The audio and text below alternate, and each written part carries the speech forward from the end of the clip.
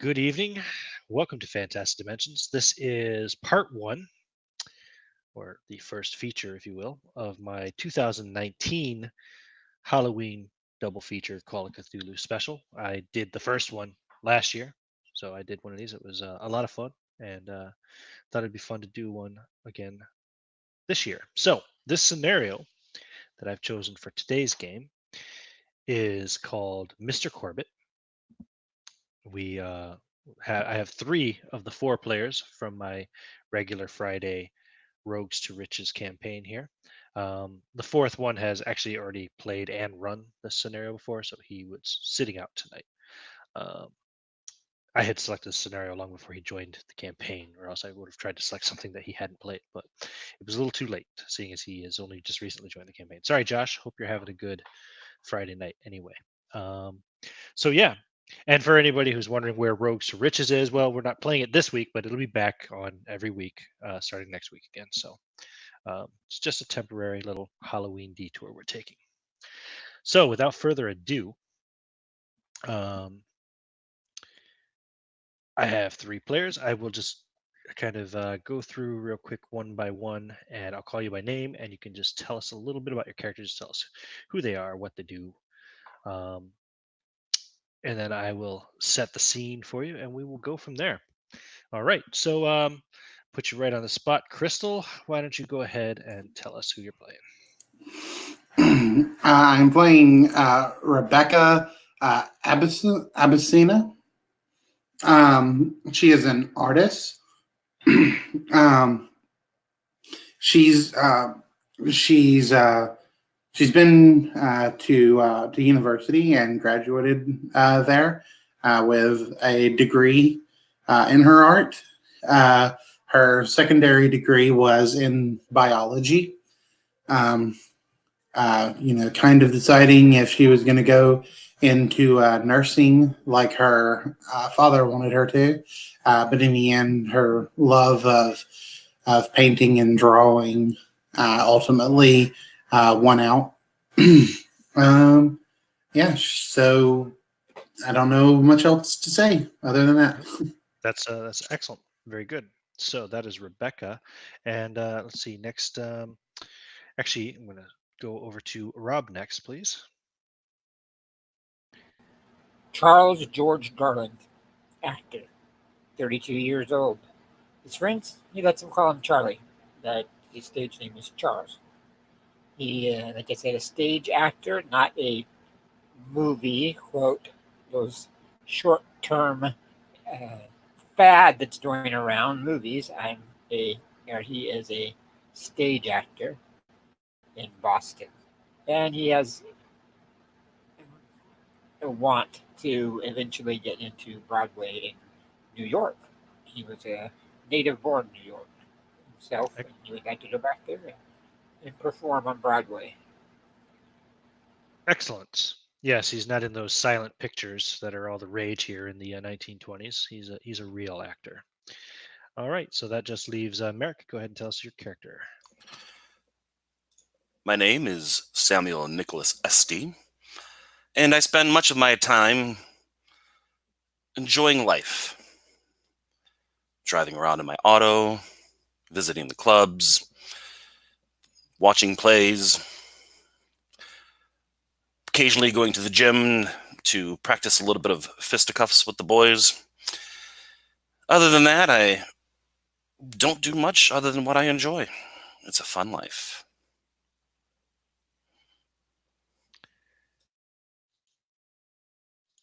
Perfect. Very good. So it is a Sunday evening.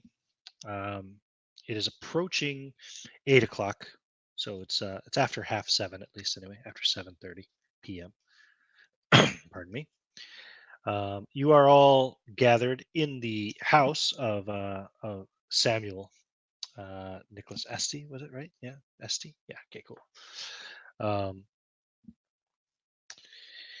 He has the nicest house of the three of you, so he generally tends to host when you have your gatherings. You're all friends here in Boston. You're all professional as well.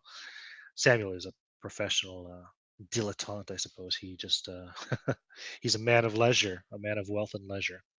But yes, so you're all well acquainted with each other, and you've just had a lovely meal, and you're having cigarettes or cigars, whichever you prefer, probably, and after dinner drinks, maybe a brandy or a gin or whatever it is that each of you particularly enjoys. I'm sure Samuel spares no expense when it comes to such luxuries. Certainly Um, not. so yeah, so you're relaxing in this rather prominent, wealthy neighborhood outside of the city of Boston, of course. Not You're not downtown. This is a kind of a suburban, if you will, area. And let's see here. Actually, um, why don't you all make a luck roll for me? And just tell me um, if you get a regular success, a hard success, an extreme success, or a failure.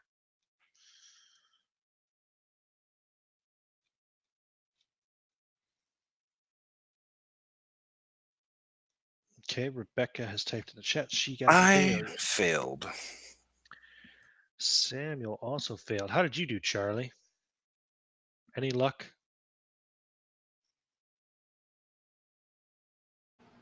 It failed.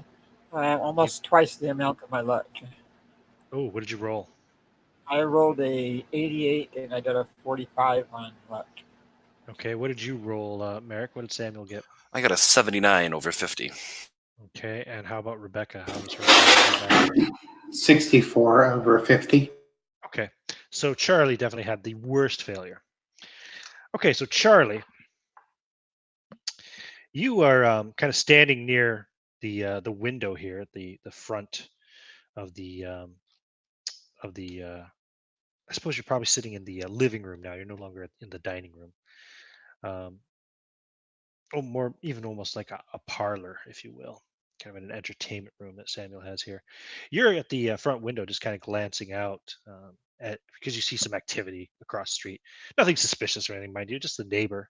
But he has just pulled up, parked his automobile in front of his house, and so you're kind of watching as the other two are sitting further in the room. Um, it's a nice car, and it's also a rather nice house. Um, as I said, this is a great neighborhood. In fact, you can see the house in the little Mr. Corbitt image there above my camera image. Um, so the car pulls up in front of the house, and actually the man you see here, Mr. Corbitt, you probably are familiar with him. In fact, although he is Samuel's neighbor, you would all be familiar with Mr. Corbitt. He's a very prominent and well-respected businessman in the city. He runs some kind of an importing business, you would know. Samuel might know a little bit more specific about it, but being his neighbor and all, but you definitely would know at least that he's a well-respected, successful businessman in the importing business. He pops open the trunk of the car as you're watching him, Charlie, and pulls out two canvas-wrapped objects. One of them is small and round, and the other one is looks about the size and shape of a small baseball bat. He's carrying these to his front door, closes the trunk of his car, carrying these towards the front door. He kind of slips them both under his left arm while fumbling with his keys and struggling with the stubborn lock on his door. As the larger of the two packages, the baseball bat shaped one, slides loose and falls to the front porch. Um, you can almost imagine you even hear the flop sound it makes as it does so, just while you're watching it. And the canvas falls open, and you see something white and cylindrical lying there in the gloom. Why don't you go ahead and give me a spot hidden roll, Charlie? Okay, I'm going to do the roll first, and then I'll look up exactly what I got for that. Let's see. Oh, yeah, I rolled a 57, and my spot hidden, I think, might be pretty good. Let me get down here so I can see it. Spot hidden. Okay, spot hidden is 40, so I Okay. did not make it. Okay. So yeah, you just see this object. Like I said, something white and cylindrical. But as he kind of glances around quickly and kind of picks up the item, wrapping it back up in the canvas sloppily and quickly as he does so. You realize that it bends and moves in a way that, well, a baseball bat wouldn't do.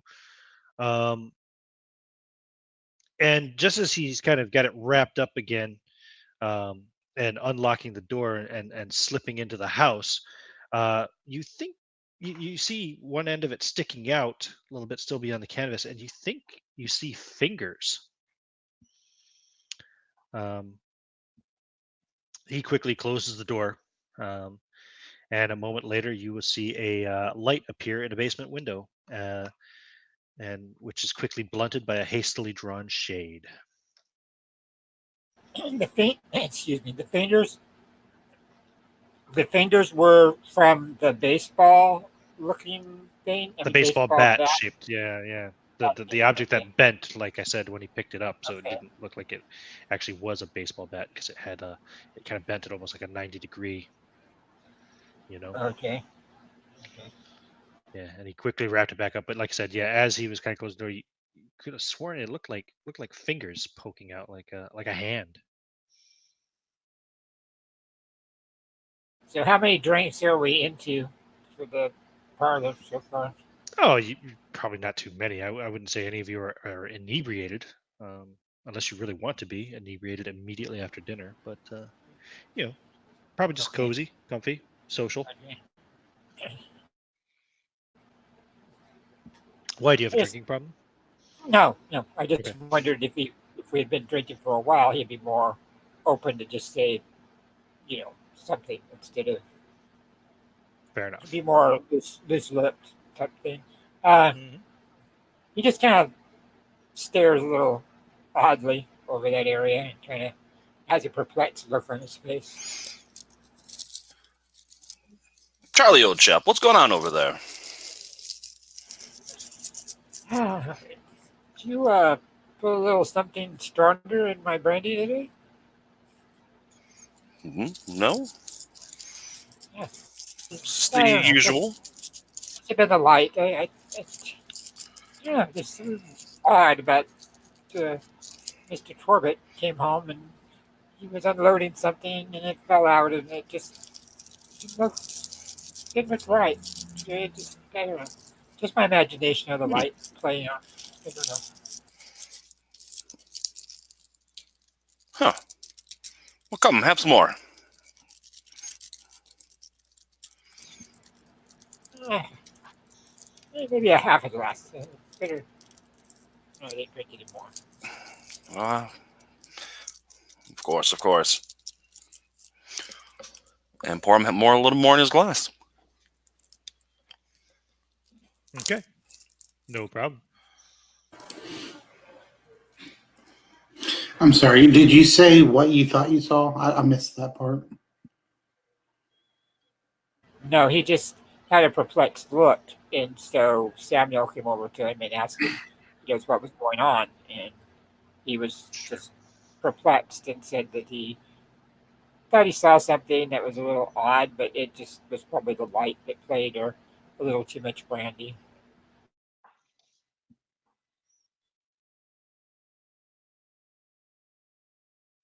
Okay, so you have another half a glass, and go ahead and give me a power roll, if you would, Charlie.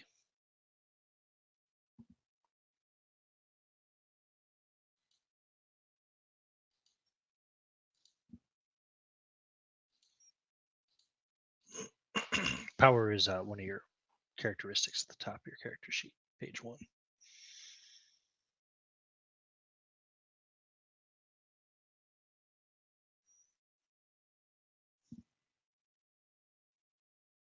He made that one.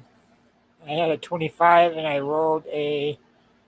Oh no, I'm sorry. He did not make that one. It was a 63 and I have a 25. So he did not make it. Oh, I see. Okay. Yeah. Yeah. You just keep kind of dwelling on you keep seeing it play over in your head again. The man there, the two objects under his arm, the one slipping down to the ground, it bending as he lifted it up, pale white, you know, kind of small baseball bat sized thing, but bending at Sizes almost a 90-degree angle, and then sizes in length or in thickness? kind of both. Girth. Yeah, kind of both. Yeah. Huh. But obviously, he picked it up and bent that strange way, and the weird way, the look in his eyes as he looked around to make sure, as if he was worried that somebody might have seen. And it's troubling you a bit. It's bothering you. The brandy's not helping.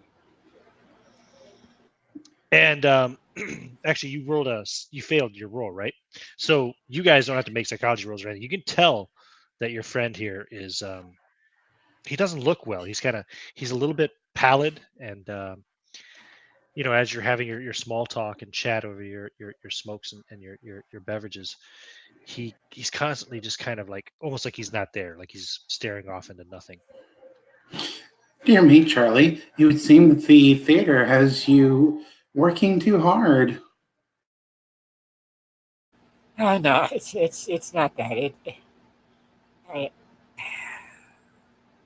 the damnedest thing I saw. I might as well share it. I mean, it was probably my imagination, but Mr. Corbitt was bringing in a couple of rolled up items. Apparently something that he purchased or whatever. Who knows what it was? And one fell and it bent. And when he wrapped it back up, this is what's really. I don't know what it is. It was like, it appeared to be like little white fingers grasping outside the top of the rolling that he had rolled up in. And it doesn't make any sense. I don't know. And he headed toward his basement, and I guess he did because his lights are on down there. I don't know. It's just crazy. Fingers, you say? Like a hand? Yeah, like digits. They got digits on their hand. Yes, exactly. Which is impossible. Indeed. This thing was I can't thin. It was thin. Arrow. It was very white, and it was thin. It wasn't the size of a body. Even a child's body would be thicker than that. So I have no. Rachel seems a bit shocked by this, and then she kind of shakes it off and says, "Oh, Charlie, you are a wonderful actor." so I will interject briefly here, Samuel, to tell you what you know about your neighbor, Bernard Corbitt. He's always been kind of a quiet, inoffensive, normal-seeming man. The only oddity to him, you'd say, is a touch of absent-mindedness. He lives obviously on the large, well-kept estate across the street from you. As I said, he is one of the more respected and prominent businessmen in Boston. His habits and mannerisms are quite well known to most of his neighbors here. Years ago, he would often leave home for long periods of time, traveling out of the country to attend to his business. However, the last few years have seen him spending a lot more time at home.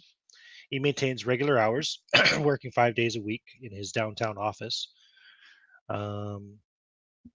He's got a membership in the local businessmen's club, and sometimes that keeps him out late.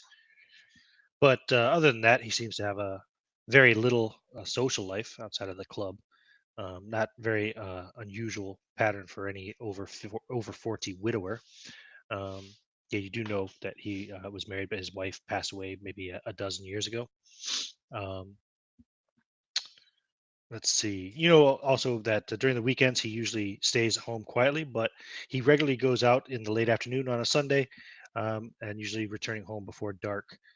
Um, why don't you go ahead and give me another power roll? Me? Yeah. Okay. Let's see It's your here. first power roll. Sorry, it was Right. Rob that made the power roll. Apologies. Oh, I rolled an 18. I made it. Nice. In fact, So, I made a hard success. okay. Yeah, so you've noticed that his late afternoon weekend excursions always take place on Sundays between the hours of 5:30 and 7 or 8 o'clock. So Yes, it's about the normal time that he'd be coming home on a Sunday evening from one of these little Sunday evening kind of whatever he does, little drives or whatever he goes to do. So yeah, his personal history is pretty well known in town as well. You know that he was born locally. He's the son of the late Theodore Corbitt, who founded the small but very successful Corbitt Importers of America, which is now owned and operated by Bernard himself. He took over the business about 14 years ago when his father was accidentally killed while the two of them were hiking in the mountains of India. Um, as I mentioned, he was once married, but he's now a widower and lives alone. His wife has been dead at least 12 years. And,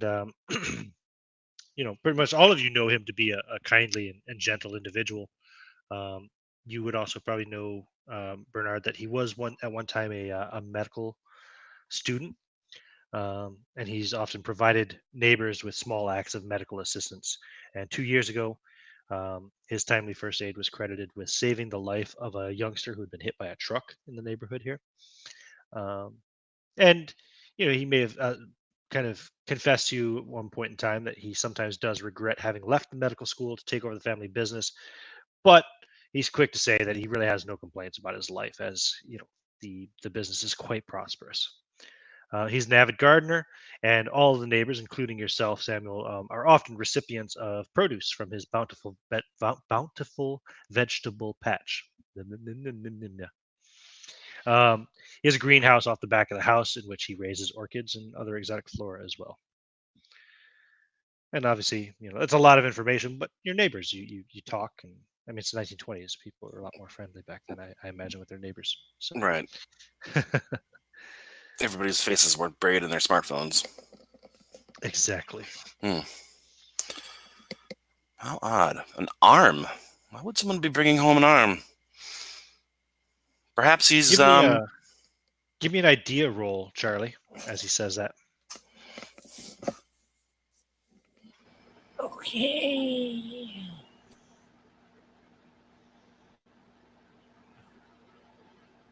That's based on your intelligence.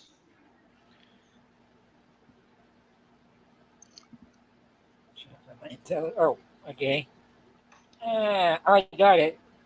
Yeah, I got this 70 in idea, and I rolled a 36. As Samuel says this about why would anybody be carrying an arm around, you're flashing back, you're seeing it vividly in your mind, and you think, it could have been a child's hand, fingers, arm, a child's arm even.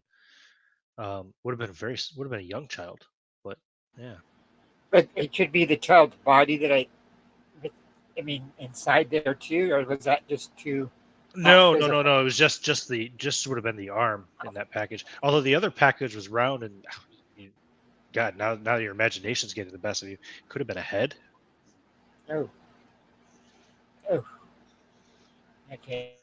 What was it that Samuel just said? I'm sorry, I was busy trying to find my place. Go ahead and say it again, Samuel. Sorry. Why would anyone be bringing home an arm? Ha! Have a sip. What about a head? He looks and trying to look. A head as well. Yeah, I just think you're jumping to conclusions. Indeed. I mean, even if it were, maybe he just has a mannequin downstairs. Maybe he's trying to get into tailoring or something like that. He's an older gentleman. Surely men of his age have to find hobbies to satisfy their time. Oh, I'm not jumping to conclusions. I truly think it was my own imagination or something. I mean, this man has been a well-standing neighbor for our friend Samuel for a long time, and his family, from what I've heard, has been rooted here. So I really doubt what I'm thinking. I saw, but I know what I saw, but I know it can't be true. That's what's the problem. And that's why I'm sitting here like I'm sitting here now talking to you guys about. It's just... Perhaps he's building an heir. Ha! Since he is childless, of course. We're going to be fanciful of this night. of those things like the what was it, Czechoslovakian playwright, or the what do you call them? Robos or something like that. Robots, I think it was. Yeah.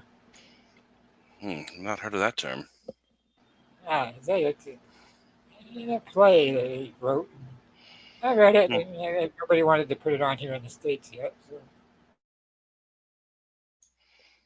When you say he took it to the basement, I'm half of mine to sneak over there and see what he's doing.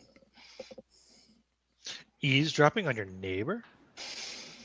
Of course. What more fun could it be than to clandestinely see what surprise he is building? What's he building down there?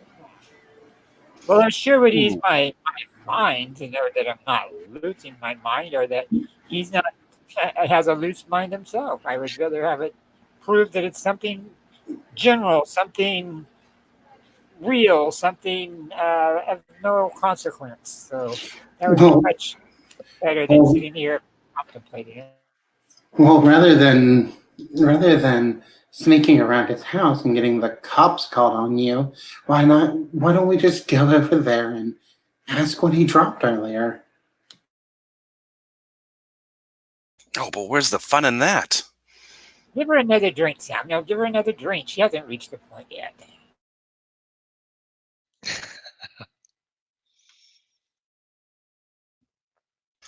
Come, it'll be fun. Much better than lazing around yet again in a evening's night.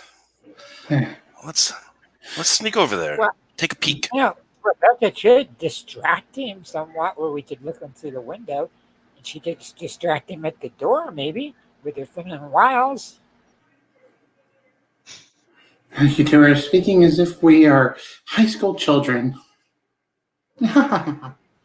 Well, why not? Come, everyone needs a little adventure in their life.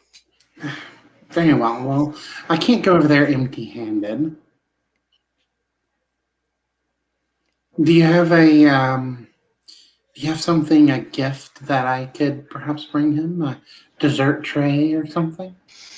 Get a glass, get a cup, and ask for a cup of sugar. That always seems to work in the plays I've been in. Yeah, yes. That'll work just fine. Very well. Hand me a empty measuring cup then. Well, I'm sure there's one in the kitchen somewhere. I don't really know where the staff keeps them. You want to have your butler get one? Sure, why not? Sure. What's your butler? Franklin. Fetch a measuring cup, please. Of course, sir.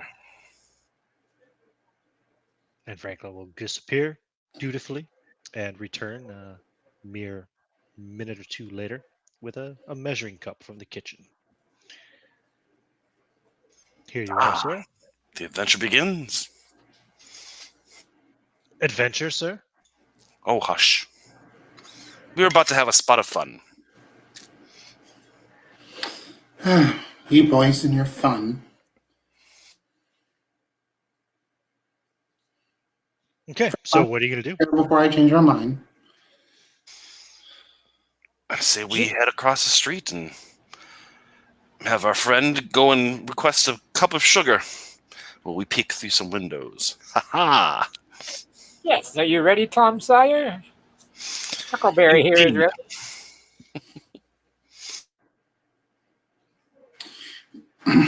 Yes, let's go. So Rebecca will take the measuring cup, and she'll begin making her way across the street.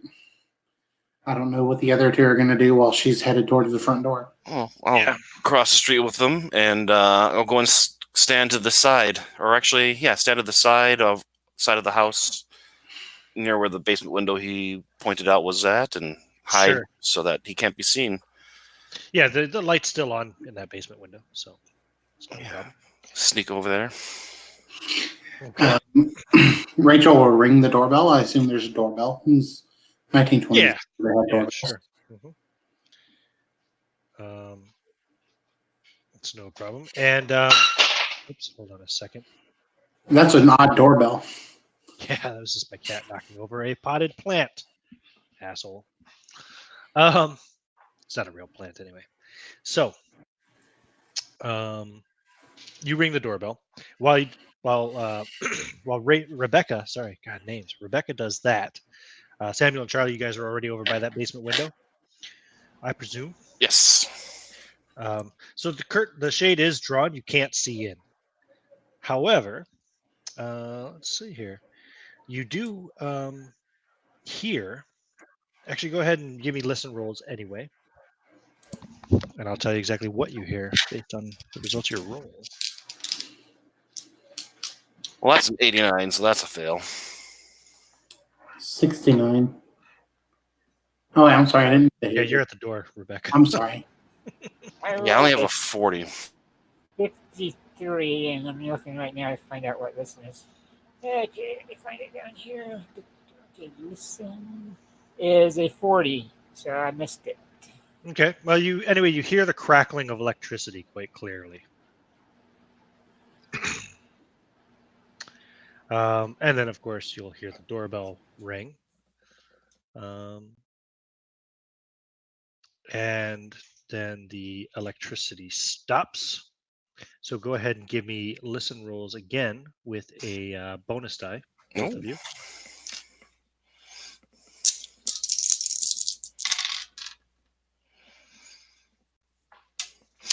I failed again with a 52.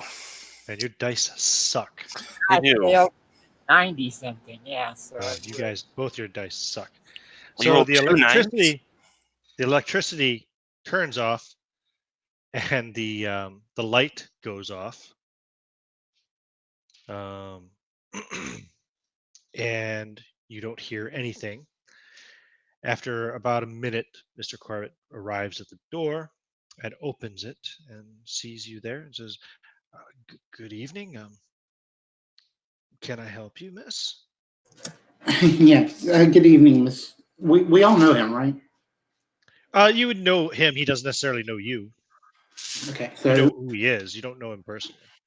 okay. Only Samuel knows him personally. Good evening, Mr. Corbitt. I apologize. My name is Rebecca. Rebecca Abeysena. I'm a friend of your neighbors here. His names Rebecca are Abeysena. Yes, you're the portrait artist. I recognize you. Right? yes, sir. Oh, well, thank you very much. Yes, well, it would seem that Mr. Estey's cooks are on vacation this evening, and well, we had a bit of a sweet tooth kick in, and well, Mr. Estey doesn't seem to know his own house, so I was wondering if I may borrow a cup of sugar from you so that I could make us some cookies. A cup of sugar. Well, yes, of course, please. Yes. Would you like to come in? Oh, yes, please. And Okay. she will hand him the measuring cup as she steps in. Sure. When I hear them start talking, I'm going to look over at Charlie and grin, and then check the window to see if it's open. Hey, Sam, do you have did you bring a torch in your pocket? Of course You're not. just glad to see me. A torch is a flashlight back then. So I know. the torch. I know. I think Mark knows as well. Yeah. And sorry. Go ahead. Oh, just saying, yeah, I know what a torch is. I watch a lot of British stuff. So no flashlight then, huh? No. So you were going to check the window, you said. Yeah. So he takes you inside, Rebecca, and let's see, where would he take? I guess he would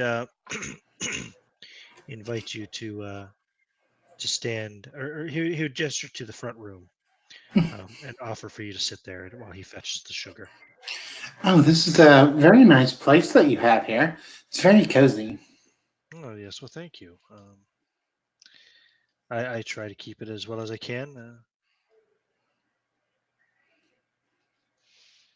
And he takes the cup and walks off towards the kitchen. Let me just see. Is there anything to tell you about the living room here?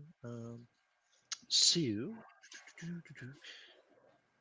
can see there is it's obviously used as a bit of a study.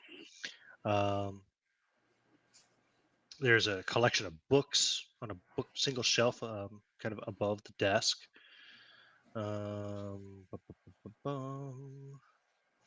Yes, quite a few books up there, and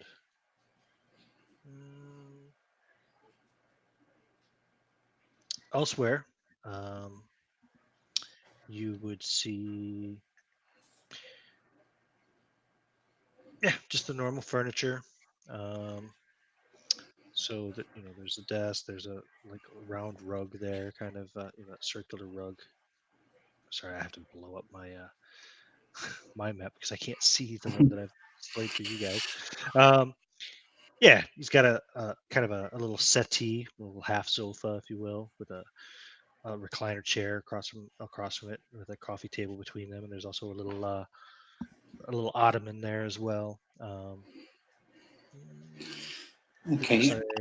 There's a fireplace, and God, that map looks really weird. I don't know what the hell that's supposed to be there, in front of the fireplace. No idea. There's a lamp, a little, and then there's a little kind of small table against the other wall, and a little cabinet there where the opening goes to the dining room, etc. As you can see on the map, I hope. Okay, so the things Rebecca would look for, very first, are there any pictures of family, specifically like probably a picture of him with his wife? I know she's deceased now, but that'd be one of the things that she would look for certain. Okay, so as you're kind of looking around, you don't see any pictures of any family here. No, not Okay. attached. She'll have a look at his bookcase while he's gone. Can she? Shelf? Yeah, Yes. sure. Can she thing like what kind of books he likes, or does she spot any books that look out of place? Let's see. There is. What languages do you speak and read? Anything besides English? Let's see. I have an English at 90%, and no other languages. Which is odd because I have Okay. a pretty high biology. Seems like I should have Latin, but oh well. Yeah, don't worry. You probably know the professional stuff needed for botany, but yeah. What you do see that there's kind of a large book with looks like Arabic script on it. You probably would have enough knowledge to think that's probably a copy of the Quran.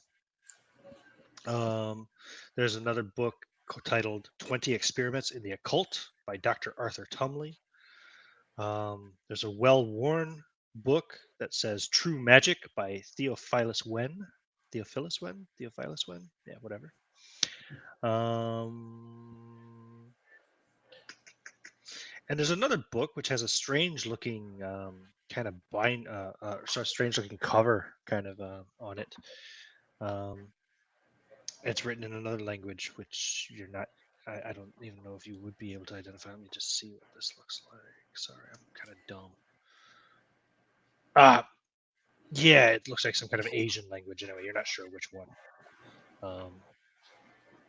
Not as easily identifiable as the Arabic writing on the Quran, but and there's also a collection of what look like personal journals. You assume they have nothing written on them per se. They're just a collection of like folios, you know what I mean, that look well worn, like somebody's been reading or writing in them quite a bit. Yeah, there's a collection of botanical notes. Yes, that might catch your eye. A collection of botanical notes. Well, as I said, he does have a greenhouse and a vegetable garden. Yeah, and that's probably about all you will see before you'll hear him coming back with the cup of sugar. Hear his footsteps approaching. The whole time you're doing this, let me go back to the other guys because they were going to check the window as soon as you guys went in. Okay. Sorry. Let me see here. Where is the window? The window. I know there's a thing in here about it. Is it locked or unlocked? It should tell me. Right. Yeah, the window is shut but not locked. Ho ho, I say, and I It is slowly. shut pretty firmly, but yeah. We'll try to open it as quietly as I can. Okay, give me a strength roll, please, Okay. and tell me what you get, what level of success or fail, or whatever. All right. I have a fairly good strength. Good. I get just a regular success. A regular success. It's tight, but it starts to go, and it kind of makes a noise as you do so. Stop. That sound of wood rubbing on wood, that dry Oh, wood kind of. right. So not super loud then. But as you do so, then you hear another sound. You hear what sounds like some kind of a gurgling sound, Hmm. followed by a cooing, like a baby cooing almost. And you hear a sound that sounds like something large scampering away. Stop. And I turn and look at Charlie with the raised eyebrows. Now you haven't really opened the window more than like a crack, but I don't know that I want to open it any further now. Did you hear that? give me a listen roll, Charlie. Since you weren't the one opening the window, we'll make you roll to see if you heard it. Excuse me, sorry. Rolled a 45 and let's see, it's 40. So you failed. You might Yeah. have heard the shuffling sound, but you didn't hear like the gurgling or the cooing or anything. You just heard it sounded like something moved. Yeah, he missed it by 5, so he's close, but not quite. Yeah. Okay. Okay. But yeah. So yeah. Okay. What would you like to do now? Hear something in there? I thought I heard something like a baby making a noise. A baby? I don't know. It was like a weird cooing sound, like a child would make who doesn't yet have the faculties to speak. There was some animals sound like that, but yeah, True. I think it's a baby. I mean, maybe we gotta check this out then. I mean, that's That is odd, yes. I'll try and open the window further. Okay. Yeah, it makes a horrible sound as you do so. Oh, shit. Also, go ahead and give me a stealth roll, please. Let's see if the neighbors see you trying to open your neighbor's window. Stealth. Oh, shit. I have like no stealth. Come on, shitty dice. Don't be a bitch tonight. Oh, shit. I rolled a 16. Unfortunately, I rolled a 3. Really? I did. Son of a 3. bitch. Yeah, so the door or the window again makes that sound as the wood rubs on the other wood. That I can't impersonate the sound of a old wooden window opening, but you know what it sounds like. Hell, actually, you can imagine our windows in that old apartment building. I think sometimes would make those sounds too as you open them, right? So, and as you do so, you did make your stealth roll, so you hear the house next door. You hear the door opening, and you hear voices as somebody's stepping out on the porch, the house next door.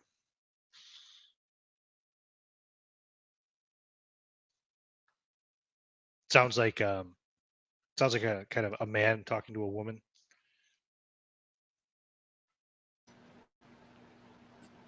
Do I notice this also, or no? Yeah, you do. And if you kind of glance over, you'll see kind of through the trees, you'll see a man stepping out with a woman onto the porch. And I'll bend down to my shoe. And your damn shoes almost tripped me up. Good thing you caught me there. I start acting like I'm trying to tie my shoe back up and fix it on my foot. okay.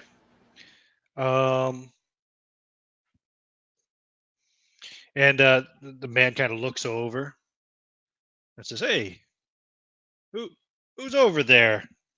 And he kind of holds his hand up, like looking, try to get a glimpse of you. I'll stand up. Ah, Mr. Eldersmitch. Oh, How are you this Sam? fine evening? Yeah, indeed, yes.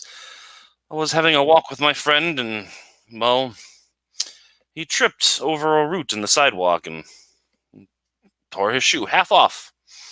Just helping him get back into it. Horrible racket he made, I say. Were you visiting Mr. Corbitt? Oh, we have a friend over there getting some sugar for us so we can Oh, I see. make Well, some please sweets. come here, please. I would like to introduce you. This is Rachel Hammerstaff. Ah, I indeed. I think I've told you about her before. You probably might remember. Yeah, he's mentioned some girl Indeed. that he's started to see. Ah, yes, I'll walk He's over. hoping to get serious with. Give her the Sure. old take the hand, bow over it kind of thing. She was just getting ready to depart for the evening to head home, and I thought I'd walk her out to her car. Wonderful. Oh, what sort of car do you have? Let's walk over with them to the car. Sure. And it's a nice car, actually. She's from a pretty well-to-do family too. She's got. Oh, did they have Chrysler back then? I think they did. Yeah, I might have. they did.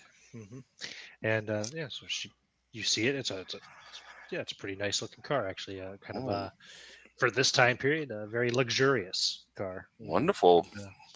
But you can get this thing up to 40, maybe 50 miles an hour, I say.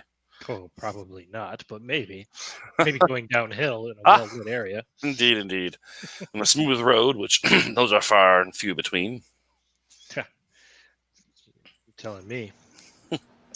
So, and sorry, go ahead.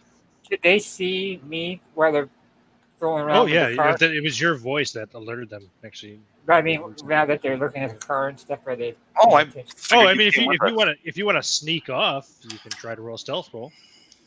No, I was just thinking if they were like the car was parked a little down the street or something. No, they're not. They're not like bending down and looking under the car or anything like that. They're just walking around the car talking. Okay, no, It's parked right out in front of the house. I'll just act like I'm finishing my shoe. You're like on the street now, kind of. You know what I mean? Like, you know.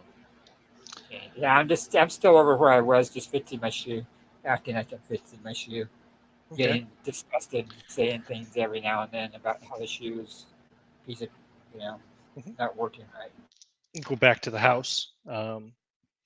So Rebecca, you hear Mr. Corbitt approaching again, come walking.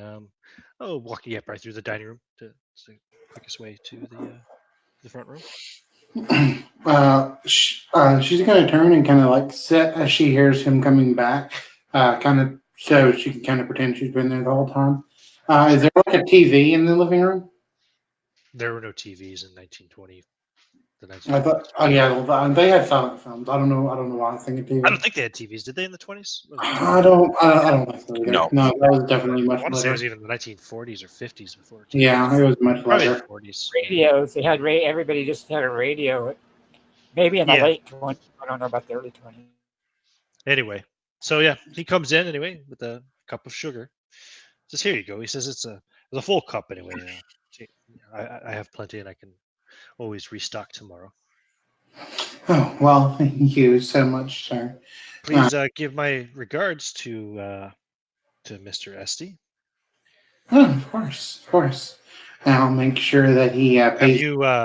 Have you been dating for long? Oh, well, no, not very long. We've kind of just been taking things very slow. Just filling each other out. I mean, I think you know that Mr. Etsy has quite a bit of a rumor about him.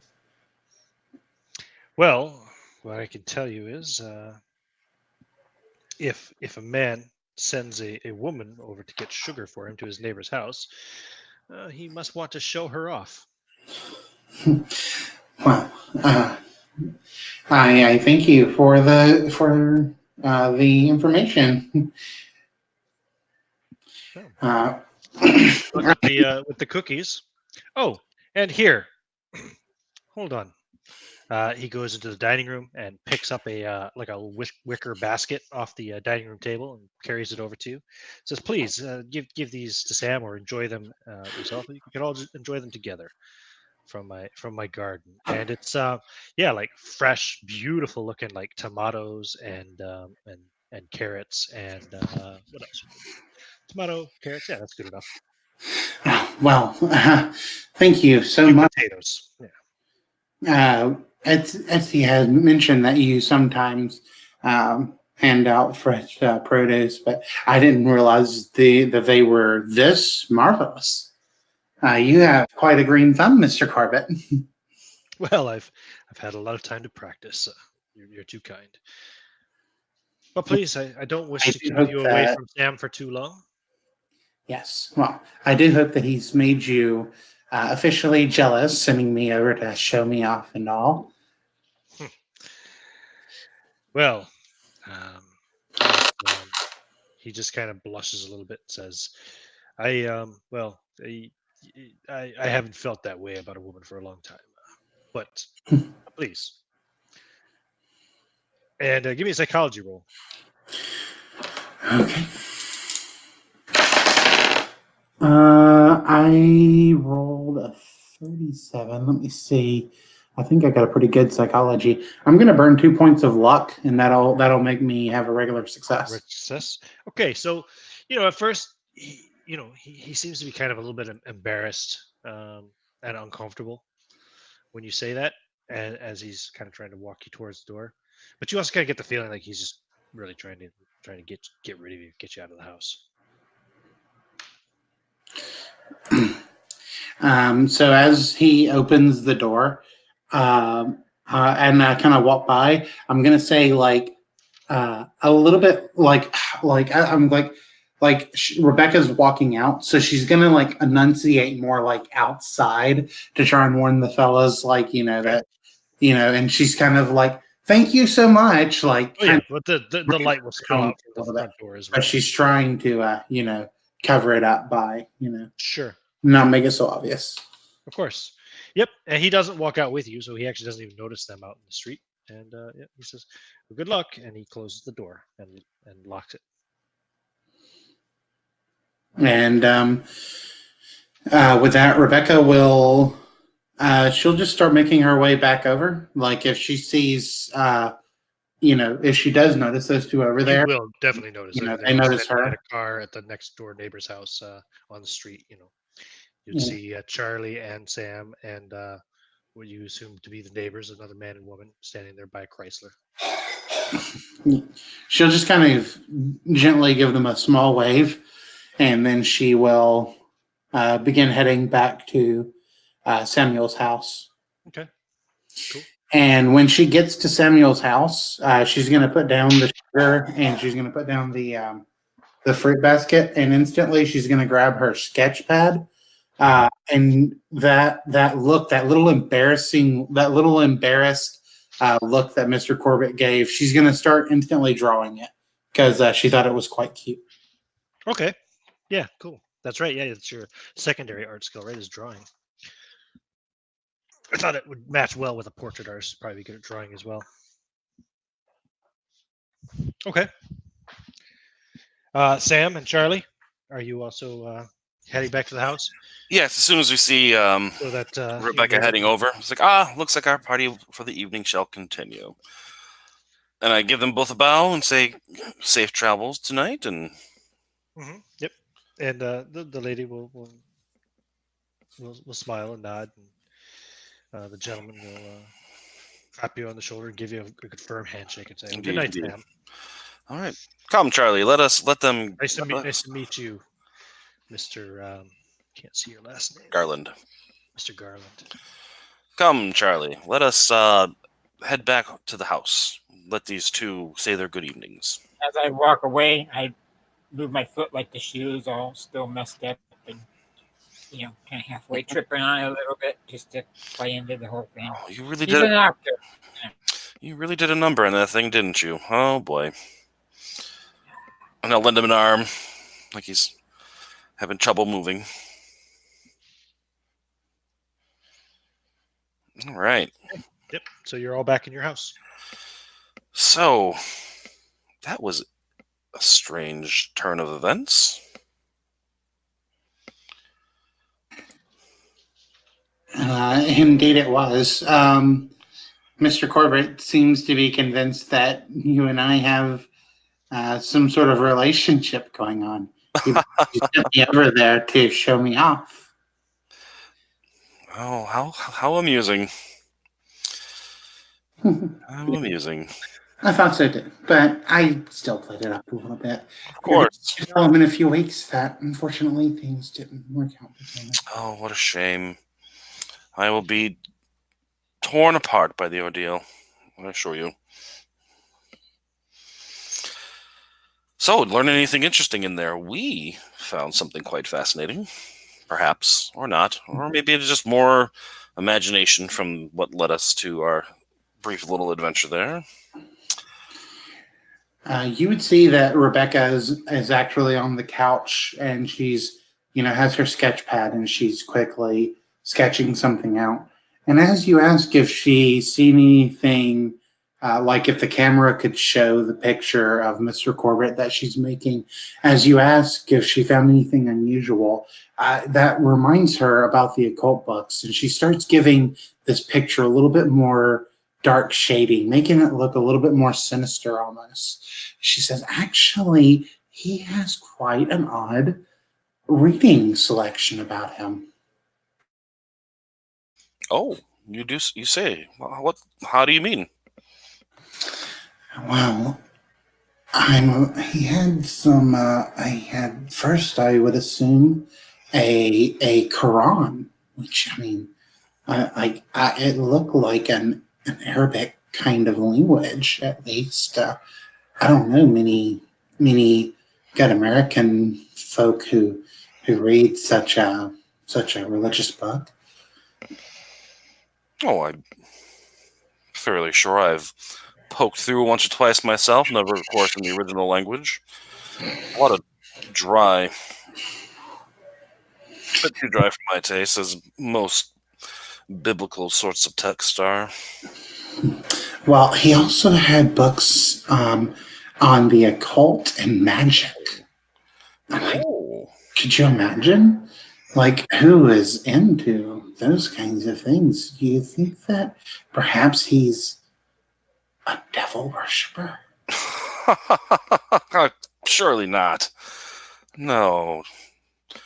Although spiritualism is quite a fad nowadays, you should see what some of the folks down at the club say their spouses have been getting into. It's all just play. It's all just play. Houdini himself goes around and usurps these people and shows that they're nothing but fakes and money grabbing people, taking advantage of the people that have had people die, their families die, and say they're coming back and giving them messages and whatnot. And he's uncloaked them and put them out into the light. So yeah, bah. You're here. Well, did you spot anything? Well, not so much spotted, but I did attempt opening the window to the basement to see if I could see what he was tinkering around with down there, and we did hear something rather odd. I could have sworn I heard the sound of, well, I guess you can only describe it as cooing, like a small child or an animal would make, and then something scampering around, a large being of some sort. Again, probably an animal, but Perhaps he has recently adopted a dog. it didn't sound like a dog to me. It was, frankly, a bit disturbing.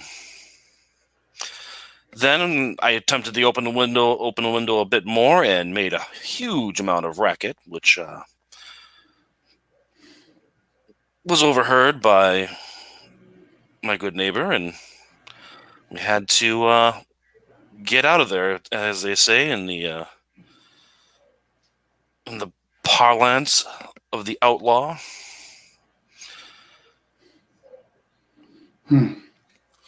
Fortunately, I was not able to close the window again. So, Oh, speaking of, I'm gonna go over and stand to the side of my window and peek over at that basement window to see if anything happens now that we're back in the house with that window that I left open.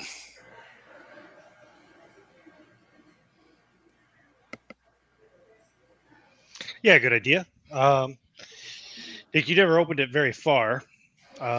So if you just kind of peek over, yeah, you can see the light is on again. Give me a spot hidden roll. All right.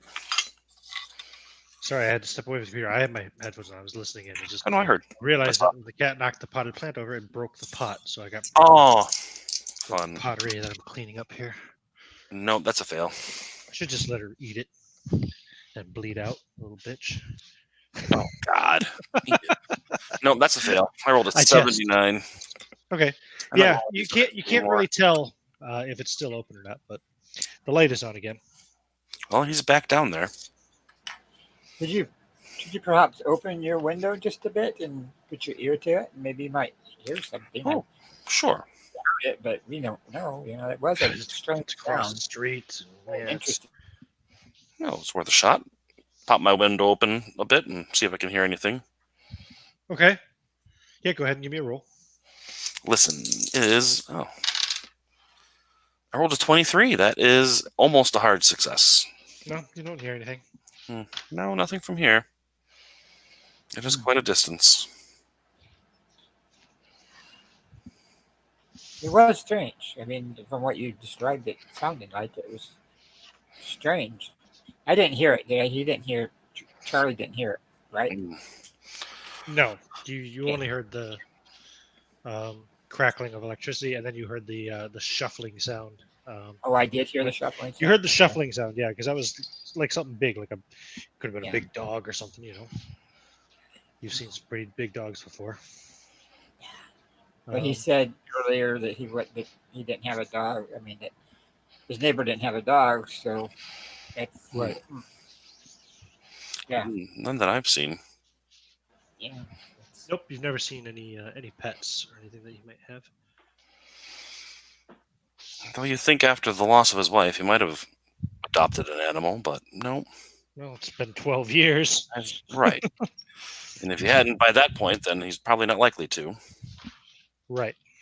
Do you have servants himself in his house? No, he lives alone. Okay. So No, he's the type who prefers to do things on his own. Those boring, mundane tasks that are better served by those who are professionals at it. that really does leave a mystery there then, if that sound, because if there's no one in his home, he has no other family, he has no friends that board with him or servants. That is very strange then. Maybe it is his limbless, headless child.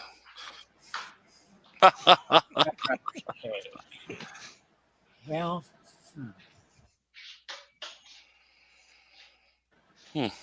mystery. Indeed. And you know us. Why don't you? We like mystery, but we don't like to have the mystery. We want to know what it is. Yep. Since your good friend Samuel here has painted such a vivid image in your mind, and given the shocks you've kind of already had today, Charlie, why don't you go ahead and give me a sanity roll? Oh, sorry. Okay. Yes. What's his sanity? Sanity's not too good. He only has like a 25 in sanity. Oh, wow. Yeah. He's on the verge. He's a Just an wait actor, till you guys what do see you say? tomorrow. You'll wish you had Oh. 20%. 25. Oh, wow. You made it. Okay. Yeah. Yeah. You just think again about that what you think might have been a child's arm and the round package. It could have been a head. And you just get a little chill, but you don't lose any sanity. It definitely wasn't a baby's arm holding an apple, right? Oh, God. Sorry, I had to throw that in there. It was too big for that. Okay. Yeah, kind of lost.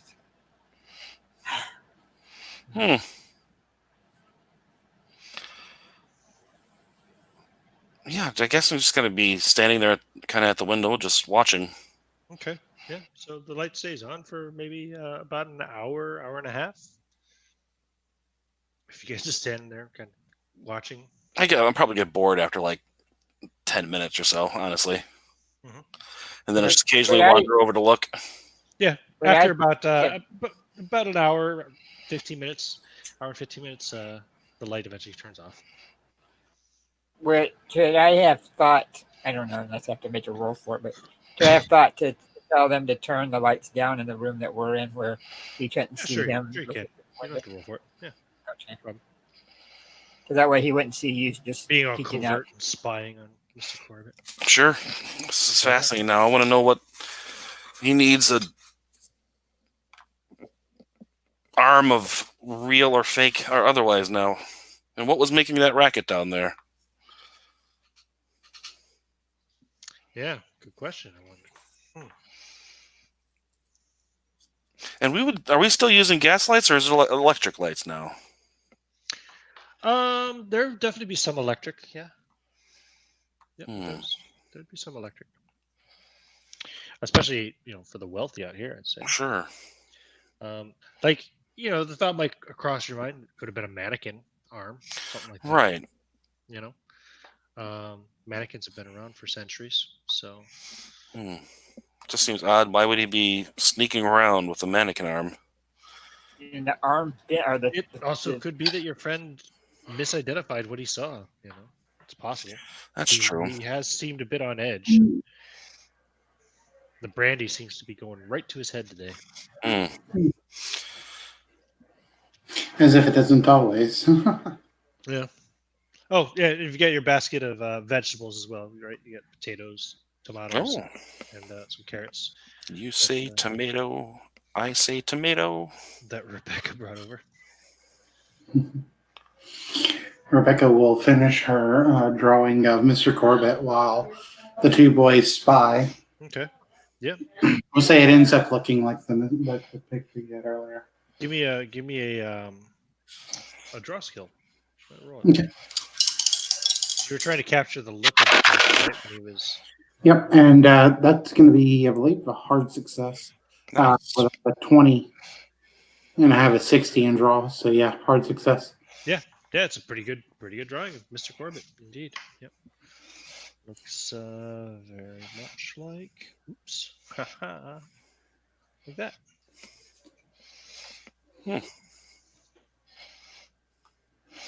Perhaps you should give it to him as a gift sometime. Oh, I'm sure he would love that.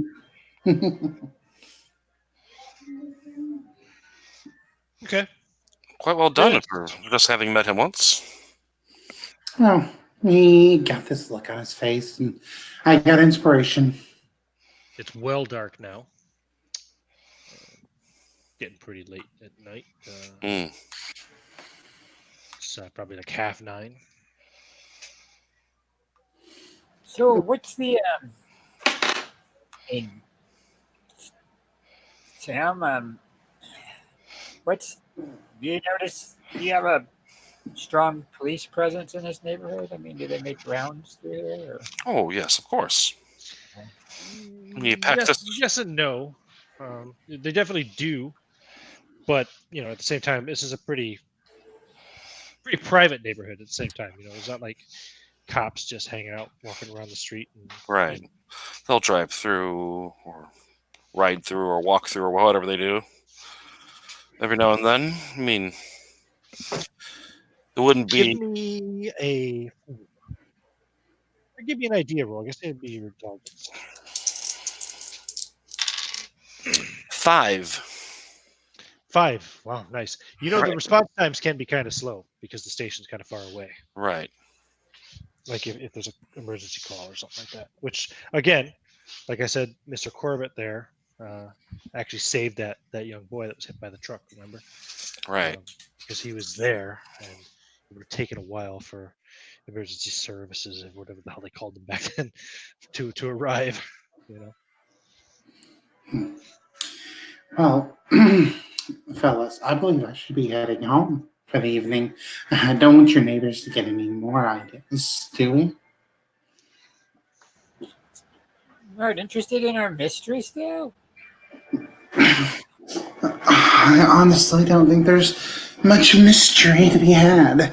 I mean, he seemed like a nice enough fellow. And Samuel, didn't you tell us a story of him saving a child before or something? Hardly seems like the kind of man that would be carrying around body parts. Indeed. Indeed. And he does grow the best vegetables in the city. Well, he has the best fertilizer, right? The bodies of children.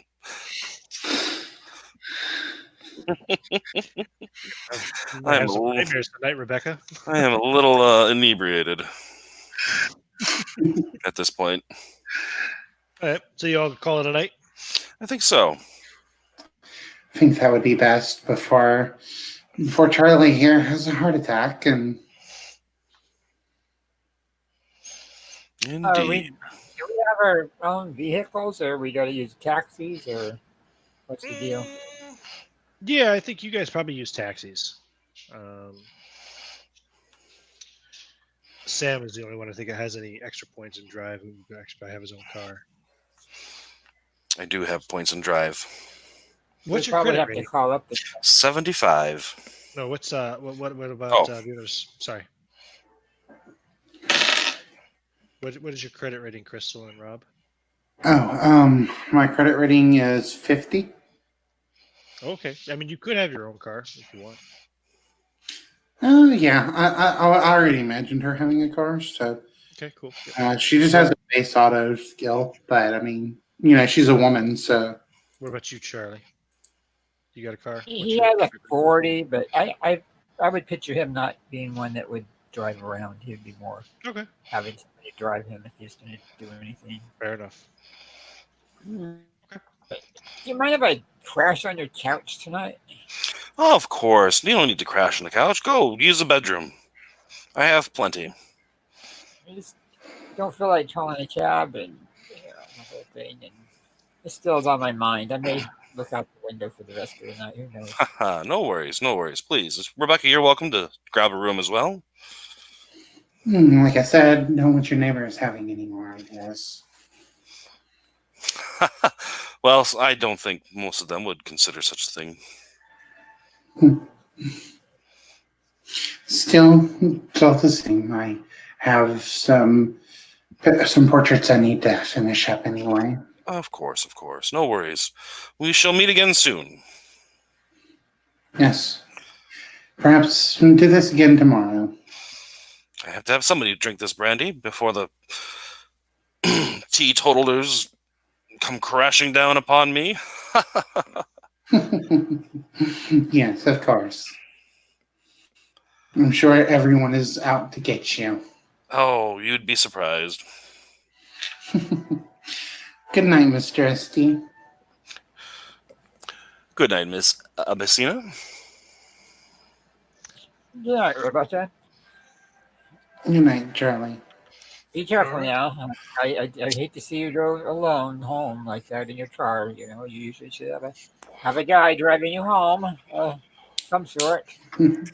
Well, hopefully Mr. Corbitt isn't waiting in my back seat to gather more body parts. Just drink a little and we'll know. Now Mr. Corbett's totally waiting in my back seat, waiting to gather more body parts. Yeah, that's a great idea. Nobody in the back seat.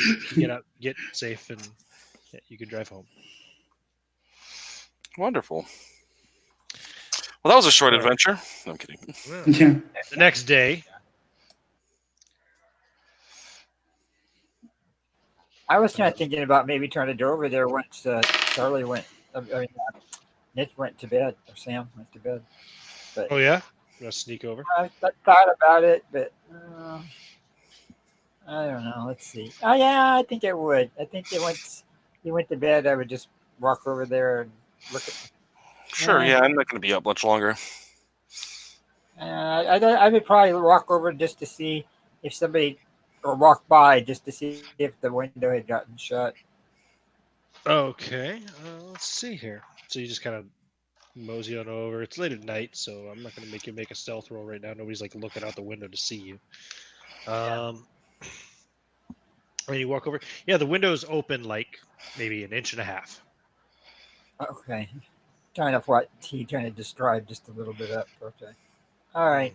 I just kind of make my way back over and crash on the bed or whatever he gave me to sleep in. That's it. Guest Just room. walk over, check out the window, and walk back. Yeah. Okay. Cool. No problem. You crash out on the couch, and you can wake up the next morning, next day. Excellent. Oh, big yawn. I'm upset about my morning routine. No problem. Now, yeah, you said about your morning routine. You know, your. I imagine you have a butler and a cook and probably a housekeeper. Actually, no, the house is small enough that the butler and the cook could do housekeeping in between them. I'd say just 2 servants makes sense. Yes. Yeah, so they're making up breakfast and coffee, etc. I have breakfast, read the morning paper. Charlie, and also, I know you're not at this house, Rebecca, but back at your own home, you can give me idea rolls.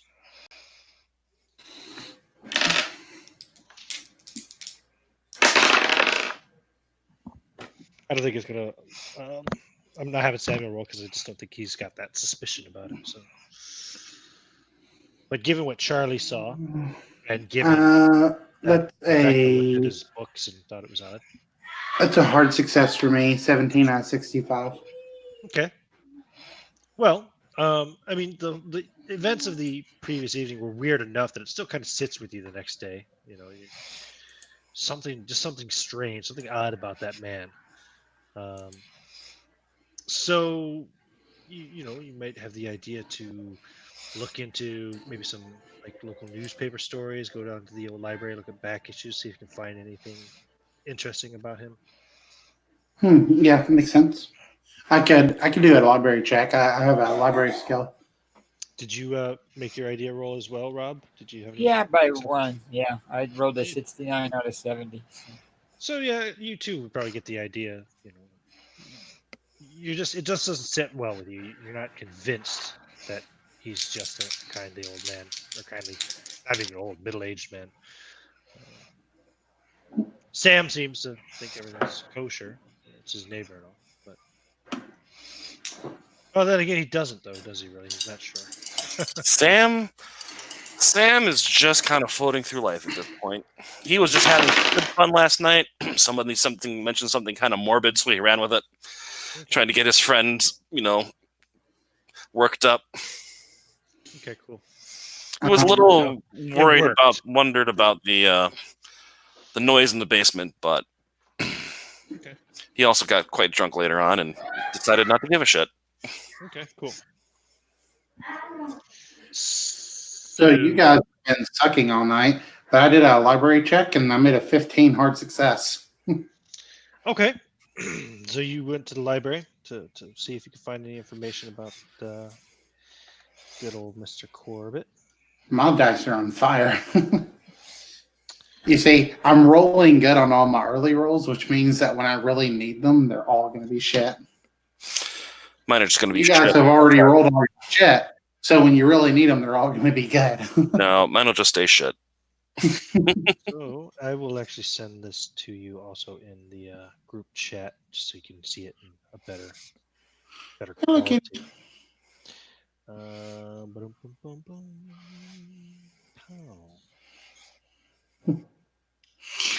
Like his ear is going like back and forth. It almost looks like a ceiling fan. Oh Like, yeah, it is weird. Yeah.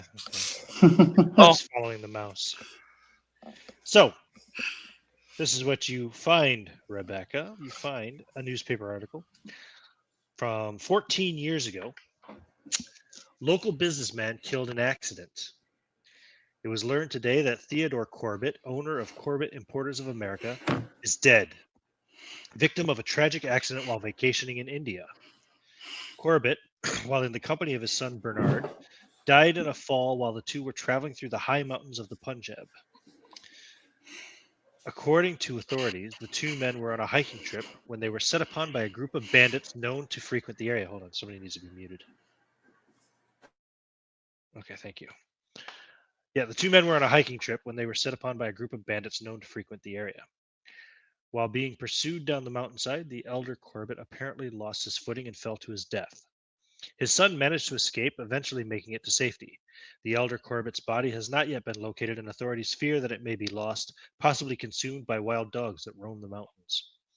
Theodore Corbitt is survived by his wife Elaine and one son, Bernard. At this time, it is not known if Bernard Corbitt will take over the management of Corbitt Enterprises. And as I said, that was 14 years ago.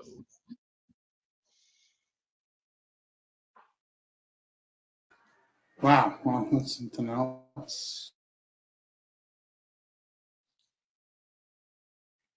Mm. Okay. Now, Have any way of like copying things back in this time? like by hand. Yep, you use a notebook and you write it out. Exactly. Okay. Yeah. And you know which date and paper and page it was on. So you can always look it back up again if you need to. Yeah. So she'll go ahead and she'll do that. She'll go ahead and copy out that little article, and she'll also copy like the source that was found and everything. Sure. Does she find anything else or? Not with just one roll, no. Charlie, did you what did you want to do? Did you also go to the library, or are you still hanging out at Sam's house? I'm still hanging out at Sam's house, and I Okay. kind of watching the window to see if I see the guy leave or not. Well, it is Monday, and yeah, his car is gone, so he must have gone to work. One would assume he keeps normal office hours, and his office is downtown Boston. So, yeah, Could Rachel look up Rebecca is her about name.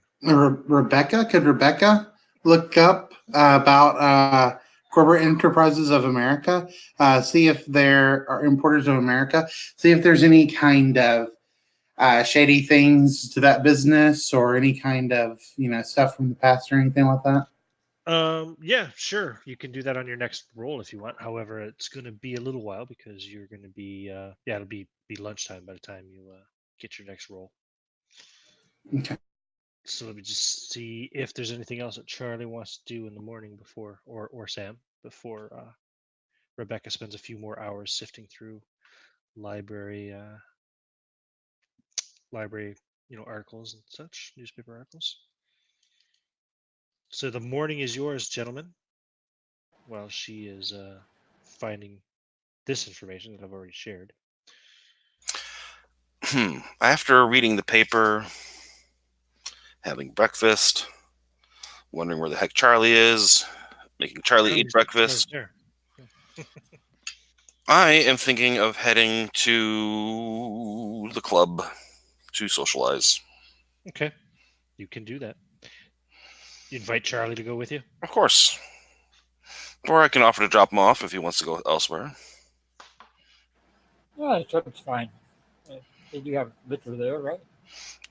Oh, no, of course not. And I nod my head yes. There's definitely no liquor at the club, and I nod my head yes. It's 10 o'clock in the morning. You are a lush. Yeah, nothing else to do. Okay, you guys go to the club. So lunchtime rolls around, and you want to start looking into, see if you can find any information on Corbitt Enterprises specifically. Yeah, go ahead and give me another library use roll, Rebecca. Okay. 18. Holy crap. Nice. I think that's another hard success. Yeah, my library use is 40. Okay, cool. So you don't find anything related to any shady incidents with Corbitt Importers of America. However, you do find another interesting article, nonetheless, in the afternoon. In fact, double check this. I believe that would be 2. Yes, there's 2. Because they're kind of related, I guess, in a sense. So I just wanted to double check before I share it. I'm not fucking it up. Okay, I'll put it on the screen there, and I will also again drop this in the chat so that you can see it on your own machines at much better resolution, probably. Going through now. So, obituaries. You find Lynn Ann Myers Corbitt, aged 22. This is from 12 years ago. Died in childbirth in her home. A graduate of the Pierpoint School, Mrs. Corbitt was married to local businessman Bernard Corbitt 2 years ago. Funeral services for both mother and child will be held Saturday afternoon. Mrs. Corbitt is survived by her parents, Edward and Shirley Myers, and her husband, Bernard Corbitt, president of Corbitt Importers of America. You also find another article relating to the death of Mrs. Corbitt. Nurse hospitalized after accident in patient's home. Professional nurse Miss Mona Dunlap was admitted to a central sanitarium yesterday following an incident that took place in a patient's home. Her condition was diagnosed as serious. Miss Dunlap, hired by Mr. and Mrs. Bernard Corbitt to help with Mrs. Corbitt's confinement, apparently suffered a stroke while attempting to deliver the Corbitt's baby unassisted. Mr. Corbitt returned from his office Wednesday afternoon to find Nurse Dunlap unconscious and his wife and infant son dead due to complications of the birth. Doctors at the sanitarium say the woman has yet to regain consciousness, and it may be some time before the full extent of her injuries are known. Interesting. Okay, she will copy down the details, and I think like a while ago, she'd just copy down like the major details, and then she'll, of course, note these, cite the note she got. Where is this institution at? Like, would she know, or would she be able to look it up real quick? Yeah, you could definitely look it up. Let me see if I have the information here.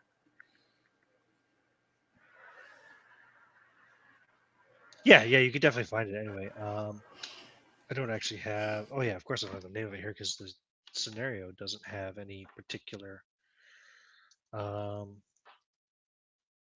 What's the word? Any particular city location? It's up to you to decide.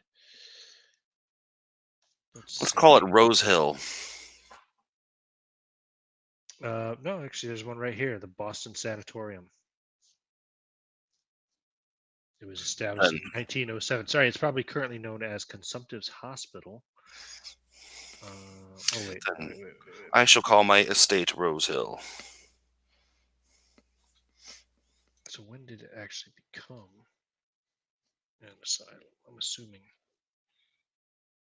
Your estate is called Rose Hill? That's cool. That works for me.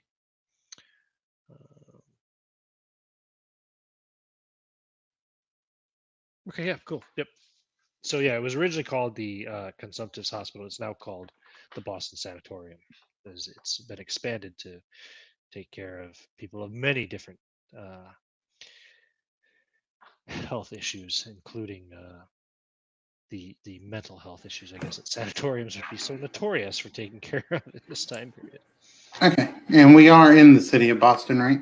You are, yes, you are. And by the time you found these 2 articles and stuff, it will probably be, let's say you went there in the morning. Yeah, let's call it 3:00 in the afternoon.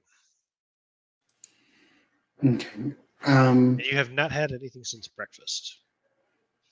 Okay, she's gonna go have some lunch. She'll just go grab something from like a diner, and then she actually would like to go to the Boston Sanatorium and see if she can have a visit with this nurse. Sure. Okay. Cool. The gentleman went to the club, having some after breakfast drinks, and then you could have lunch at the club too. It's quite affordable, being that you're a member and all. Right. After lunch, I figure I'm going to head to the golf course for a quick round, and from there, back to the club for dinner. Okay, cool. So you guys will be on the golf course around the time that she goes out to the sanitarium. So, Rebecca, you go out to the Boston Sanatorium to inquire after Miss Mona Dunlap, who was admitted 12 years ago, to see if you can find out what happened to her. Yes. Yes, and if possible, she doesn't want to give her name. If she has to like sign something, she'd like to sign like a fake name. Okay. Sure, you can use a fake name, I suppose. What are you going to tell them that is your purpose of inquiring or whatever? Um, And what's your fake name?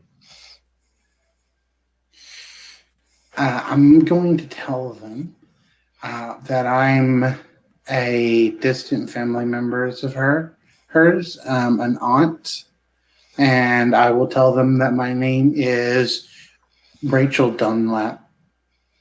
Okay. You like that name, Rachel, huh? Very good. That was the name of the neighbor's girlfriend, by the way, in case you were wondering where it popped up earlier today. That's cool. Not Rachel Dunlap, just Rachel. But yeah. So Rachel Dunlap. Okay, cool. What social skill do you want to roll to convince her of this lie? Are you charming her? Or are you fostering her? I'm going to go with. If you're going to give me a choice, I'm going to go charm because I have a 35%. Sure. Go ahead. Give me a roll. Okay. Oh, right when I needed it the most. 75. Woo. 75. Now, you could spend 40 luck points to turn that into a success. Or you could push the roll. I could push the Because roll. she seems to think something's up, like maybe you're not being straight with her. You get the feeling like she's about to ask you for some proof of your identity or something. So you can try to push it to convince her that you don't have any ID on you. But please, like I'm really trying to, whatever your spiel would be. Now the problem is if you fail on the pushed roll and you cannot spend luck on the pushed roll, she is going to have you removed by security.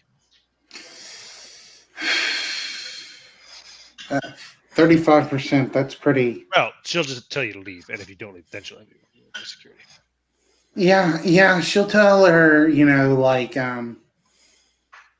she'll tell her like, geez, I seem to have left my ID in my other purse, but I promise you that, that I am, who I say I am.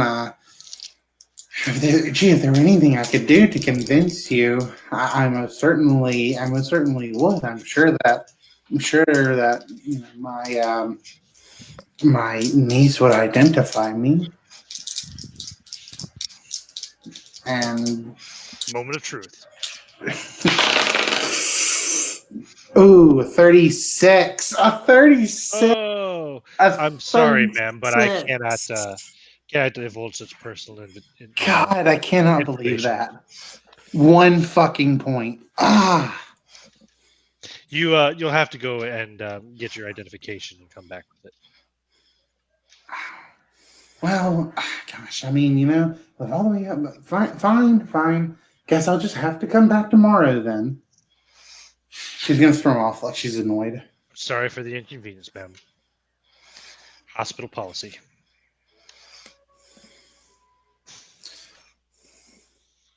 And so you leave dejected. And the gentlemen go back to the club for dinner. What a productive day. Life of a dilettante. Right? And stage actor friend. Club for breakfast at home, club for drinks. It's like Entourage 1920s version. Oh, lunch at the club, then out to the golf course. Now back to the club for more drinks and dinner. Not to sound like beating the old pillar over and over again, but back to your neighbor. Did you ever see anybody with him? Did he have family at one time? Did he have? Oh, he was married. She died, apparently. Other than that, his father was killed in some tragic accident when they were touring India. Other than that, What about his, he's his just. mother? I don't know of any brothers. No, mother. His mother? Oh, I'm sure she's long gone. I don't remember ever having seen her. Okay. Just it's like like having a little in my throat before I go up on stage. It's just irritating me for some reason. What I've heard and seen the last 24 hours over there. Oh, you mean the mysterious arm? Yeah. Uh, the sound that you said. Oh, I heard the stuttering. Yeah. Oh, right. The thumping and the groaning in the basement. Yeah. I'd forgotten all about that. I did have quite a I'm bit of sure drink last night. logical explanation, but it'd be nice to know what the logical explanation is without embarrassing myself or asking the gentleman. Indeed. Logic is so boring, though. Well, he's probably at work. Well, I imagine he'll be home by the time we're finished here. Perhaps when he leaves for the office again, we can attempt another break-in. In the daylight, you are daring. Well, true. I may be daring, but I don't feel like going to prison. Definitely not. No, no booze, no women, no dancing, no great dinners like we're eating now. We got the life. Indeed. Indeed. Well, you got the life, and you let me participate in it. Well, that's what good friends are for. Exactly. What Thank about you. Rebecca is up to today? Haven't seen her. Well, she did say she had some portraits to finish. And they don't really enjoy having ladies in the club, unfortunately. Yeah, I kind of noticed that. It's a little lonelier without the ladies around. Indeed. Why, from the mouths of babes, I know where we can go next. And we will go find some entertainment. Okay. Very good. You're gonna go to like a A place of entertainment. Wink, wink, nudge, speakeasy or nudge. something? Yeah. Okay. Cool. Yep. The stress release kind of entertainment, or Indeed, indeed. yes, my muscles are clearly aching. Sorry. Mm. Okay. That's after dinner at the club. You're gonna go there, yeah. Yes. Okay. Cool. No problem. What about Rebecca? What are you doing with your evening after you had your late lunch and all? I mean, Rebecca's probably used to eating lunch late. I mean, our life of an artist. Oh, no, you had late lunch. Sorry, and then That you went stuff. to the sanatorium. Yeah. So. Yeah. So, after that, she'll probably go back home. She's probably still feeling a little confused. Probably trying to think where she might get more information. But for now, she really does have some portraits to do. So, she wants to go ahead and start finishing up some of these paintings that she has to do. There might be portraits of people or just like places or something. Whatever it is, like she'll see if she can. They usually clears her head.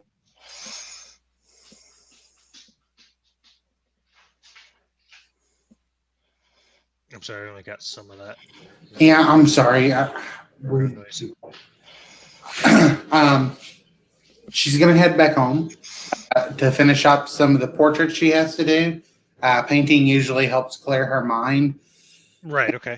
She feels like she needs to clear her head in order to put together all that she's found so far and to kind of know what her next move is going to be, so to speak. Okay. Cool. Yep. So you guys have your dinner at the club. Go out. Find your entertainment. What time do you return home, Sam? Why, probably at the respectable hour of sometime past midnight. Oh, my goodness. That late, huh? Hmm. Okay. Very well. Then when you do get home, there is a basket left. Jesus Christ, you idiot cat. What the fuck are you doing, stupid? Hold on.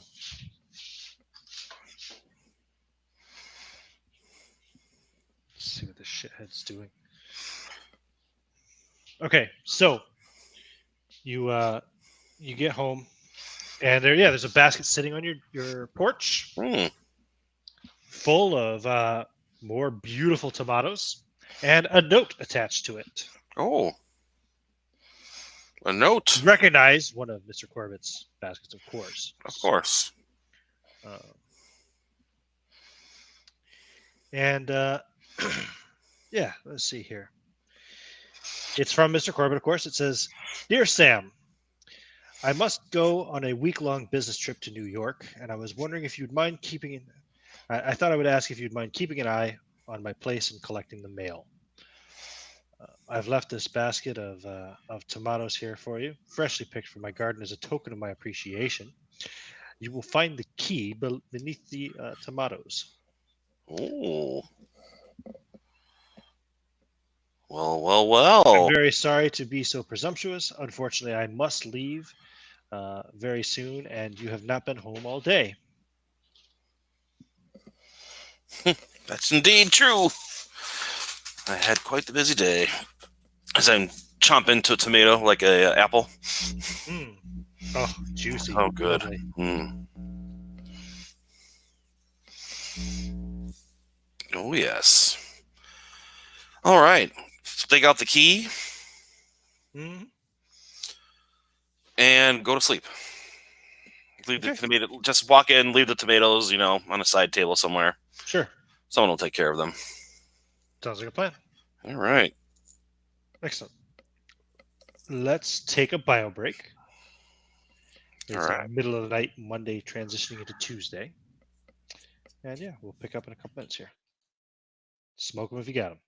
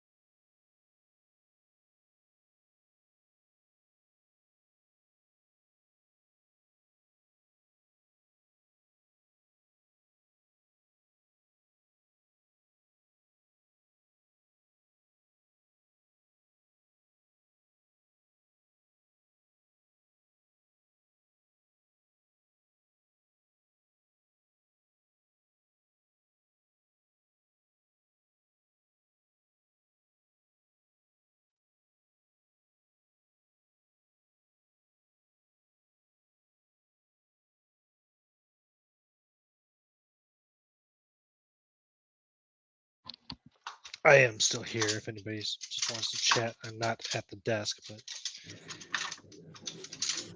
I'm here orally. I'm here as well.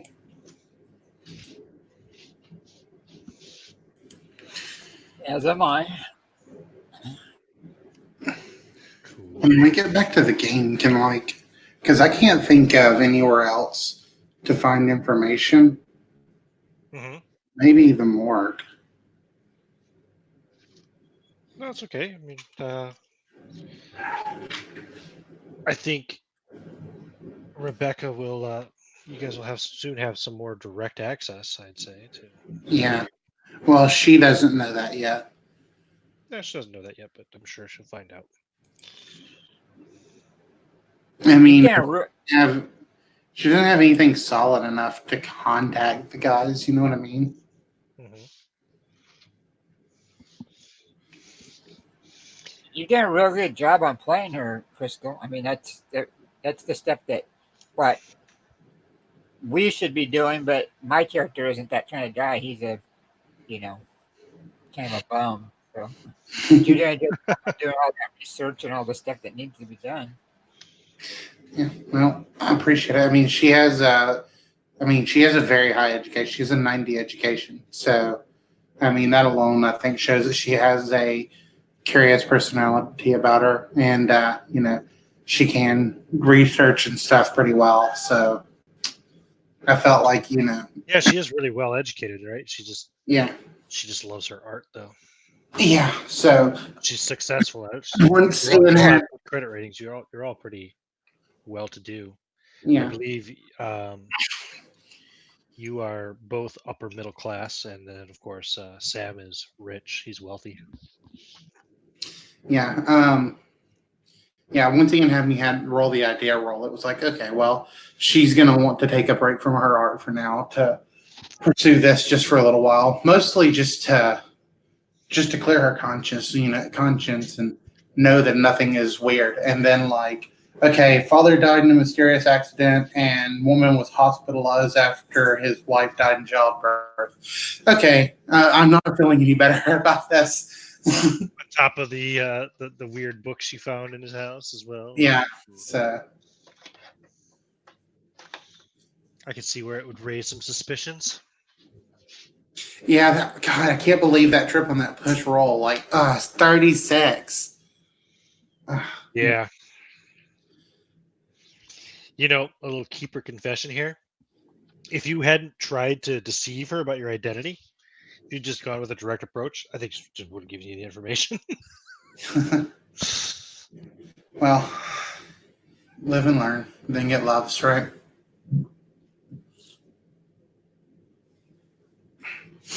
I forget you guys aren't American, so I don't even know if they have that commercial in other countries. I have no idea what you're talking about. I don't watch TV. Anyway, so. There are these diaper brand diapers called Loves, and their logo is like, you live, you laugh, and then get loves or something like that. So. Oh, okay. So when people always say like, well, you live and you learn, and it's live, learn, and get loves. And so whenever people go, you live, you learn, I always go, and then you get loves, because I don't know. It's just like a diaper commercial. Speaking of commercials, the commercial's doing its trick since you remember it so often. Yeah.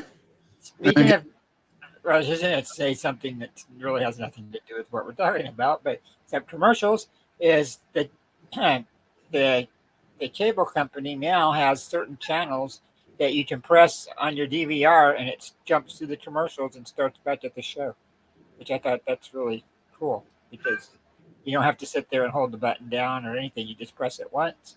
It goes through the commercials at It just knows where the commercial breaks are, huh? Yeah, it shows the commercials, but at 2 or 3 times the speed, whatever you set it on, when you push the button.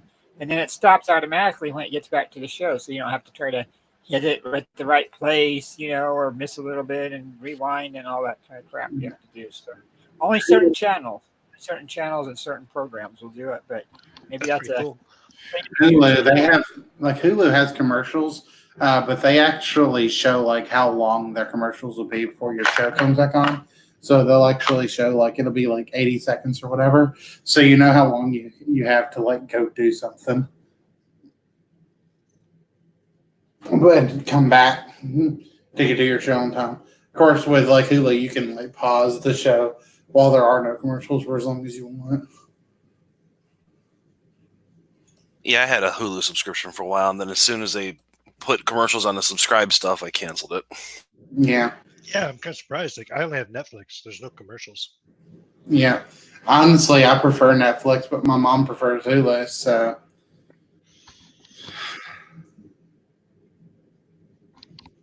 I don't think Hulu is available in Ireland. I think Netflix is it. I'm not sure. I got a subscription for Hulu last year for 99 cents a month for a year. So I did it, and I've watched it about 3 times, and I've never watched it again. It was Yeah. the quality was the picture quality wasn't as good as like the cable is. They have it more SD than HD. It seemed like I don't know, the programming wasn't a lot that I liked either. So I mean, Yeah. for 99 cents it was fine. It was great for 99 cents, but that was about it. And now the way that they have it to where you have to buy like different packages. Like if you want to watch Showtime movie, like you have to buy the Showtime package. And I think it's stupid. Like, so I don't, I like very rarely watch movies and TV. Like I just I'm kind of picky when it comes to stuff I watch. Like I know what kind of stuff I like. And so, I'll watch those kinds of things. But I'll rarely have stuff that's like, stuff I like. So, yeah, I'm like one of those people that I'll watch the movies and shows I like a dozen times and will rarely watch anything new. I love a Netflix subscription, but admittedly, I sometimes go months without even looking at it. Yeah. So, my mom's. Then I'll have times where I'll just watch it for hours every day for a while too. So, yeah, I'm going to be watching a lot of it this week, and I watched the first episode of The Haunting of Hill House, and it was amazing. Oh, I've heard it was good, yeah. So I'm going to be binging the rest of that this weekend, I think. That's a great idea. Something to watch for Halloween. Shit. Right? Yeah. That's why it's like, oh, hey, it's that time of the year. That's perfect. Thanks for the idea. And now my cat's being stupid again. You got inspiration from your cat. Yeah, sorry. Okay, so. Yeah, that first episode is pretty killer. Sorry, I was way too long, but I had back and I didn't want to be snacking. Well, then hold still. It's raining outside. You don't want to go outside. Right. So, excuse me. Clear my throat. It is Tuesday morning. I guess Charlie's just hanging out at your house, Sam. He's been there for a couple of days now. Yeah, why not? He does it all the time. Cool. Nice. Your place is probably nicer than his apartment or whatever he's got in Boston. So. Yeah, nice. I mean, he claims to have an apartment in Boston, but he gave it up a few months ago because he can just live with Sam. That's so funny. That'd be fucking hilarious. Parking a bench in the park or Sam's, one or the other. Mm-hmm. So, yeah, what do you want to do Tuesday morning? Well, again, normal morning routine: breakfast, newspaper. To the club for drinks. Maybe not today. Now that I have this key, okay, I am intrigued. Oh, yeah. So, with Rachel. Yes, or Rebecca. Sorry, I will. No, they don't have telephones yet, do they? Not like that. They do. Yeah. Yeah, they do. I'll give her a call. You ring it up, operator. Yep. Connect me to Klondike 8764. Yep. Sure. Okay. Which is funny because Klondike is 555. Is it? Oh, I didn't know. Yeah, that's where that's where that all came from. Okay, so, you bring her before or after breakfast? Oh, after breakfast. Okay, breakfast is important. In the kind of middle morning, you get a phone call, Rebecca. Okay. Yeah, she will, of course, answer the phone. She's in the middle of finishing up a portrait, so it takes her a minute. And it's like, yeah, I'm coming. And then she answers the phone. I don't know how she would answer because her main job is probably her painting thing. So, Abeysena painting. This is Rachel speaking. Rebecca. Rebecca speaking. There's no Rachel. Rachel died.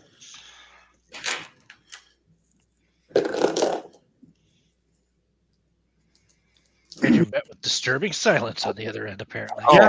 I thought the operator speaks first. Anyway, so Rebecca, I don't can you know. hear me? Can you hear me, Rebecca? Yes.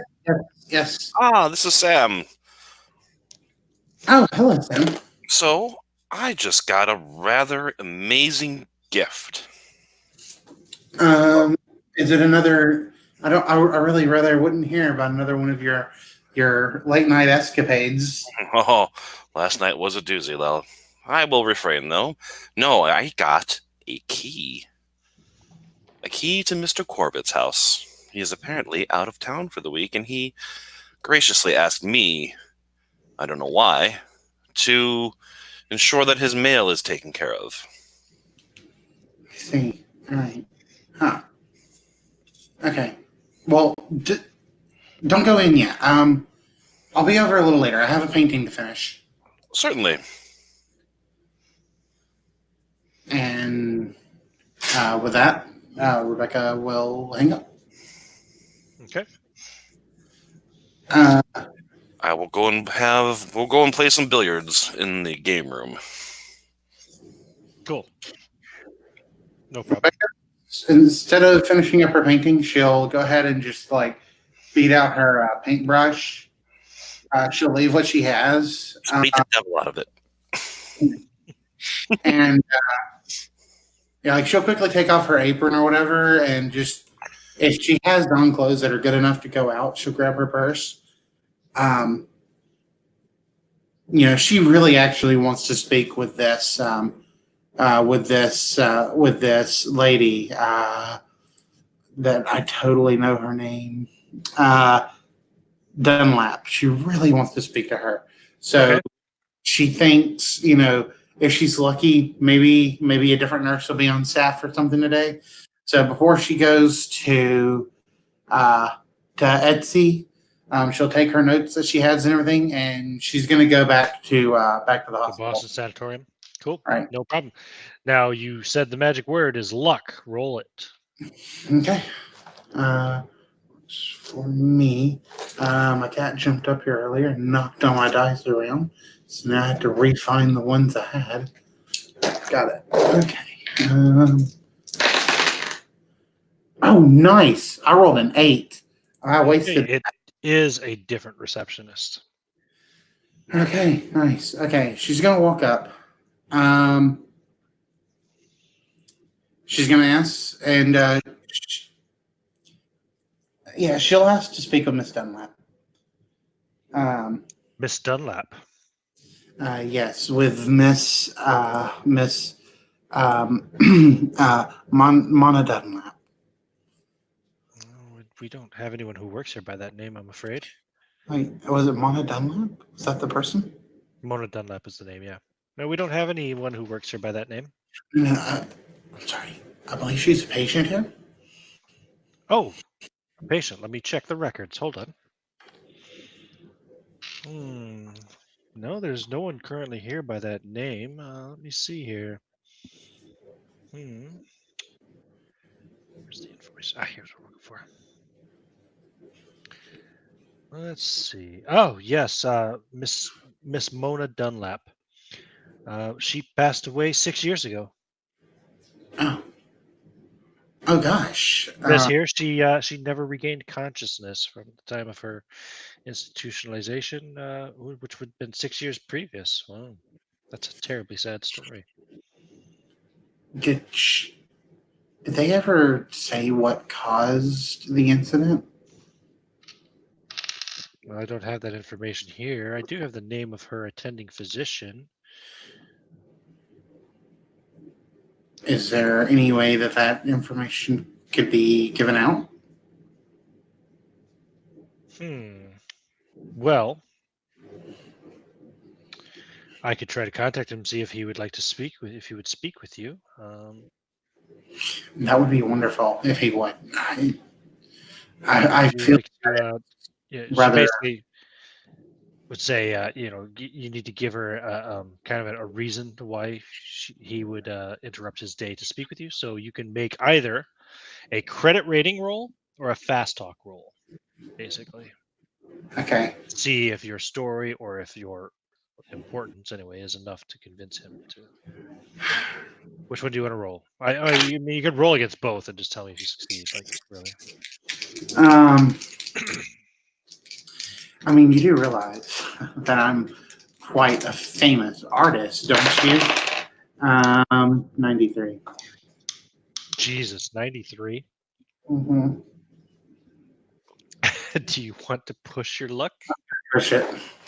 Okay, so I have to tell you the consequences. If you fail on pushing it this time, your cover story is going to be, or your excuse, whatever you want to call it, your reason for interrupting his day is going to be so, unimportant and inconvenient to him that he is not only will he not speak with you today, but he will remember your name and not want to speak with you ever. Ooh, that's a pretty big consequence.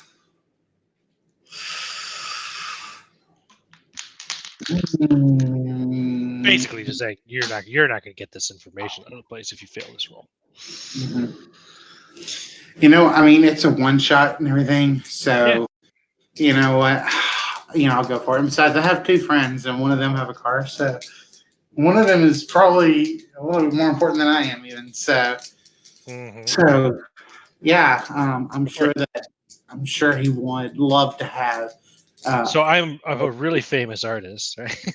Yeah, I'm a famous artist, and I'm sure that a man of his stature would love to have a portrait of either himself and his family at a very affordable rate. Cool. 72. Okay. Well, okay. And she goes off. I told you. I rolled super well for the ones that didn't matter, and so. Yep. And she comes back about 15 minutes later as you're waiting in the lobby, closing the door and locking it behind her. And she comes up and says, "I'm very sorry, but Dr. Stewart is indisposed for the rest of the day. He sends his apologies."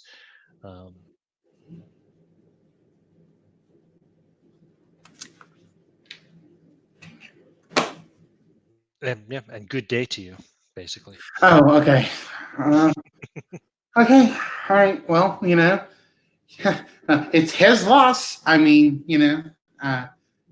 such a well-renowned artist and all, and he misses out. No skin off my nose. Okay. Then you go to Samuel's house. First, she goes out in her car and she has a bit of a fit. Damn it! Damn it! Damn it! Damn it! Damn it! And then she starts her car and goes to Samuel's house. All right. Cool.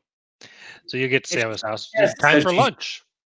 Yeah, and she's pissed, so she's driving a bit erratically as she pulls up and like her brakes squill as she gets to the house. Doing a good 20 miles an hour. Holy cow. Surprised your face doesn't explode. Yeah. At speed. I used to think that if you go too fast, your face would fly off in vehicles because it's so dangerous. 40 miles an hour, that's absurd. Your body would not be able to handle it. So yeah, so she'll try to regain her composure the best she can when she steps out of the car, but she probably looks messy and like she didn't even eat breakfast this morning because she probably didn't. Right. Fair. And she will go and knock on the door. More like beat on it. Okay. Franklin will answer the door. Miss, I don't remember your last name. Miss Abeysena. Yeah. You could have rung the bell. Well, good knocker. Must make use of it after all, every once in a while, right? Please come in. I'm sure Samuel will be happy to see you. He is having lunch with Charlie in the dining room. Uh, why am I not surprised? Yeah, she'll walk in and head to the dining room. Ah, Sure. Rebecca, just in time for some lunch. We're having tomato bisque as the soup course. And the lovely tomatoes that Mr. Corbitt has dropped off for us just yesterday. Tomatoes. Delicious too. Mm. That man. I swear, if I hear any more of that man, I'll just scream. Who? Mr. Corbitt? Yes, him. Oh, why does he have you in such a tizzy? Well, I must admit that when I went home the other night, I couldn't really get the thoughts of the things that had happened off my mind. So yesterday, I did a little poking around in the library. I really just wanted to put my conscience at ease, but the more I poked around, well, the more flustered my conscience became. You, do, did you, were you neighbors with him when he was married? Oh, of course. We've had this home for many years, many generations. Was Miss Corporate, did you ever remember her being pregnant? You would probably. It was a pretty private thing. You know that she was pregnant at the time. Yeah, I do know that it was a complicated one for her.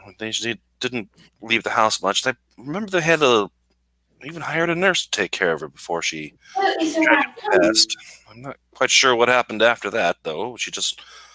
One day I learned that she had passed away. I believe I was away at boarding school at the time. Okay, well, So I don't really know the details. the nurse that they hired, her name was Mona Dunlap. And after her incident in that house, she was hospitalized for the rest of her life. My word. For what? I don't know. I tried to find out. I tried to speak with her physician, but, well, apparently there are more well-known artists than me in this town. Ah, the old "I'm important, speak with me" card. Yes, I admit I have used that a few times myself. Well, either way, she was hospitalized for apparently around 6 years and never regained consciousness from whatever it was that sent her into a coma in that house. They claim it was what was it again? Was it a heart attack or a stroke? They claim it was a stroke. What was it? Is that what they said? Hold on a second. What did it say? She died. Just said she died. Never having. Oh, sorry. What had hospitalized her? Yeah. It was a stroke. Right. She suffered a stroke. They claim she suffered a stroke, but at the hospital, they said that she had never regained consciousness from the events that had happened. And, well, I mean, I don't believe strokes tend to make people go unconscious for 6 years. Well, I'm no medical expert. Yeah, no. So I honestly couldn't tell you if that would be normal. What did they say her physician's name was? And they never would tell me.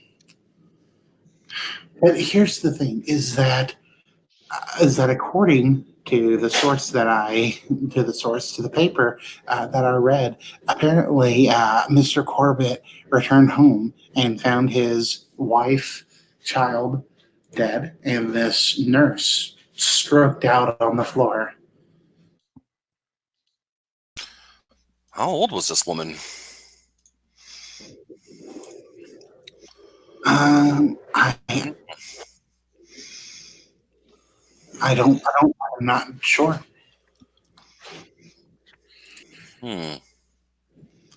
And furthermore, well, okay, so I'm sure you know that Mr. Corbitt and his father Theodore that they went to India about 14 years ago now.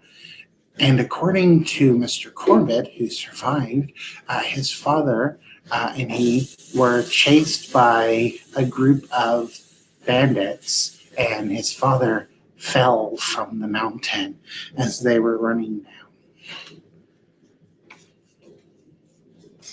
How horrible. Yeah. My goodness, I just knew that his father had passed away during their trip. I didn't know there was such a harrowing adventure for them. Indeed. So now you see why perhaps my, you know, my hairs are raised a little bit. I think there's more to this Mr. Corbitt than anyone. Well, I'm sure everyone's got skeletons in their closet, but he's never been anything more than a gentleman to me. He's quite well respected in the neighborhood. I've never had an issue with him. And also the treats that he keeps giving you and the neighbors. How can he grow such delicious food all the time? Well, the man does garden avidly. He's got his own greenhouse. Right. Imagine it's a bit of elbow grease and good soil. Perhaps, but maybe the jokes we were making inappropriately the last time I were here are not too far off from the truth. Oh, perhaps he fertilizes his garden with the corpses of dead children. Perhaps not that. Take a sip of my soup. Perhaps not that extreme, but nonetheless, I really do think that it's quite a great thing that you have this key of his now. And I may regret to say this, take the side of Charlie.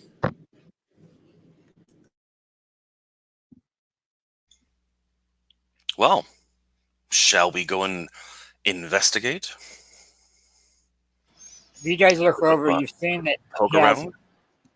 If you look at Charlie, you'll see, or his table area, you've seen he had scooted off the soup away from him earlier, and now he had thrown a napkin over top of it.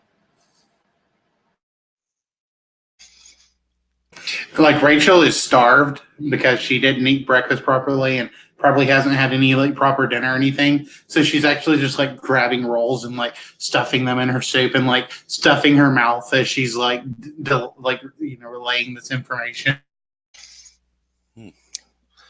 What's wrong, Charlie?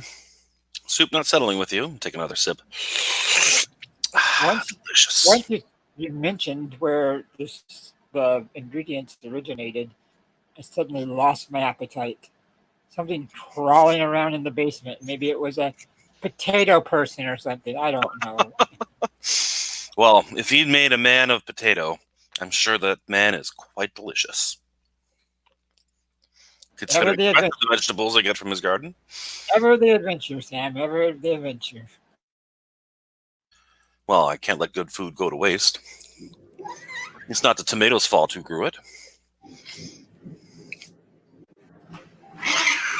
Don't turn into a tomato. Well, I've been eating his vegetables for years. I've never had anything wrong.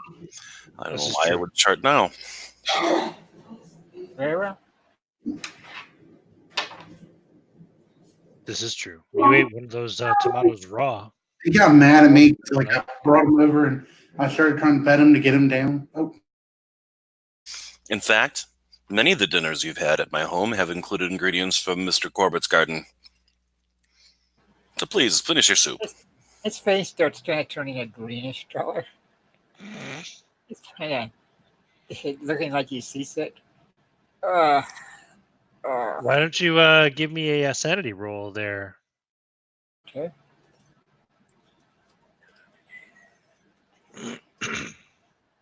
And he rolled a 55, and I think my sanity is like 40 something. I'm gonna look it up right now, and it is Sanity is his sanity's 25, so he missed it Okay. by 30. It's now 24. Okay. And give me a Constitution roll, please. Okay. Constitution is 50. As your imagination is He's just going to running with it roll- now. He beat that. There's a 25 I rolled, and he has Okay. a 50 Constitution. You're able to suppress the urge to vomit, but yeah, you don't feel well, and you definitely don't feel like finishing your soup. Okay.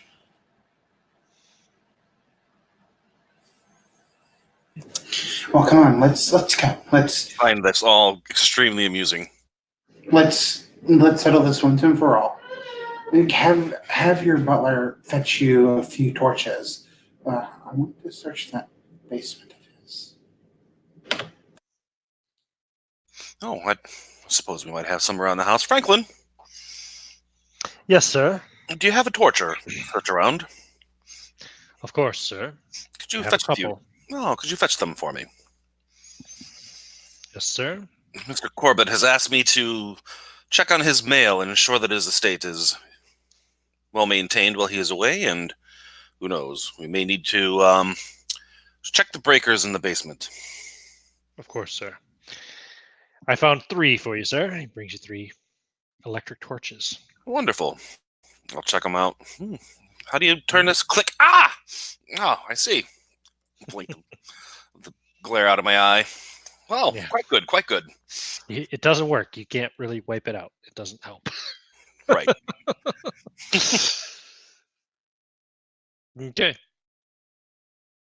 Yeah, he gives you 3 torches. It's now, it's just after lunchtime, it's sort of early afternoon. Yeah. Well, What do you do? my adventurous companions, shall we abscond into the lair of the Dark Wizard? How long was he supposed to be drunk for? No? A week. Okay. No problem. Perhaps he has run out of suitable parts in the area and he must go elsewhere to find his remaining bits. Grin.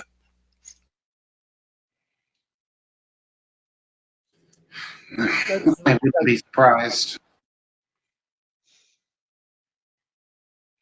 Well, you lead the way. Estey, it might not be a bad idea if you had a pistol with you too. Oh, please.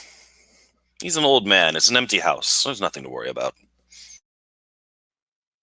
Besides, I don't leave guns in the home. I have a few rifles at the hunting club that I'll practice with now and then, but I don't like firearms in the house.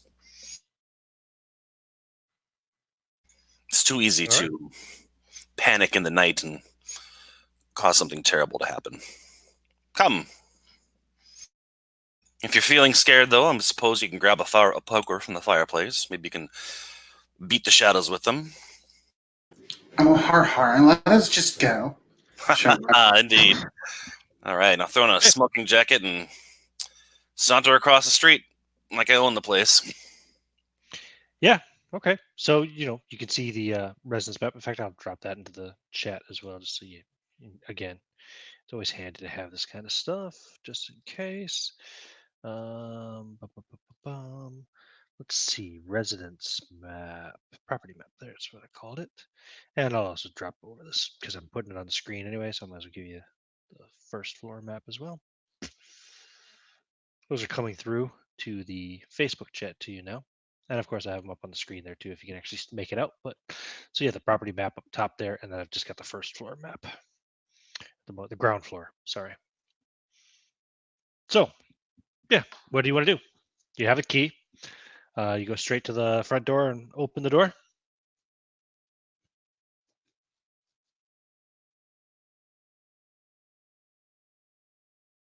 Samuel, you have the key. I think you're in charge. You're muted.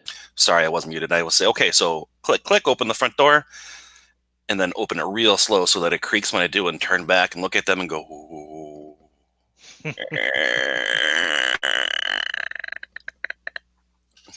Hello? Rachel blinks her flashlight into his eye. Ah! Damn you, woman. Ha ha! Good show. Step on in. Okay. Yep. You step on in. Rebecca will do that. So, Mr. Corbitt's home. Take a whiff. The smell of old man and wood and polish and tobacco and whatnot.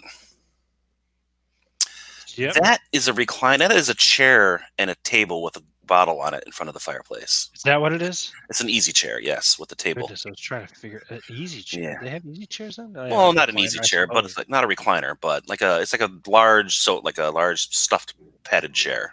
Okay. Oh yeah. I see it now. You're right. Yeah. It's just kind of weird the way it's drawn there. Like what the right? Because the table in front of it makes it look odd. It's one of those nice table big with a bottle. chairs, stuffed padded chairs, whatever, in front of them. Yeah. Like leather, it's like a big stuffed leather chair in front of the fireplace. A round table and a bottle. Yeah. Mm-hmm. Cool. Thanks, Mary. Vase. Man, that was driving me nuts earlier. It's like, probably an ashtray next to next to the vase.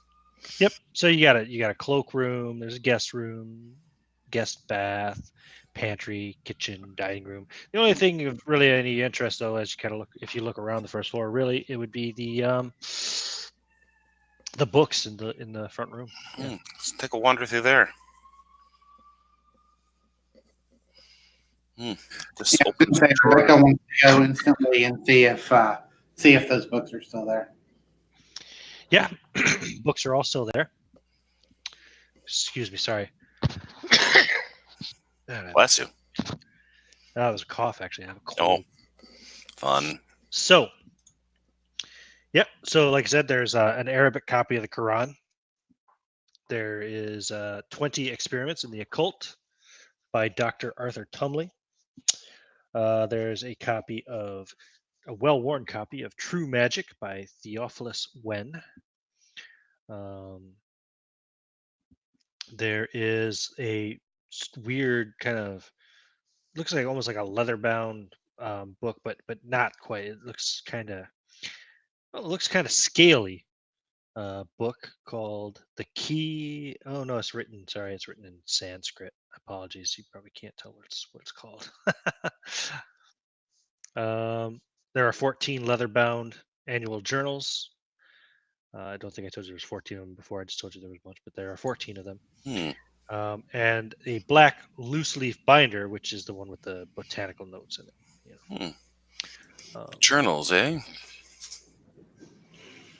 Pick up the first volume, which I guess if their annual would be one from 14 years ago, and flip it open. Yep. It take about 10 minutes to leaf through a single volume, or an in-depth reading. It would take a half hour for each journal. You want to just flip through the first one? Yeah, just flip through it. Let's see if there's anything interesting. Yeah, okay. Keywords that pop out. So as you're flipping through it, it's 14 years ago.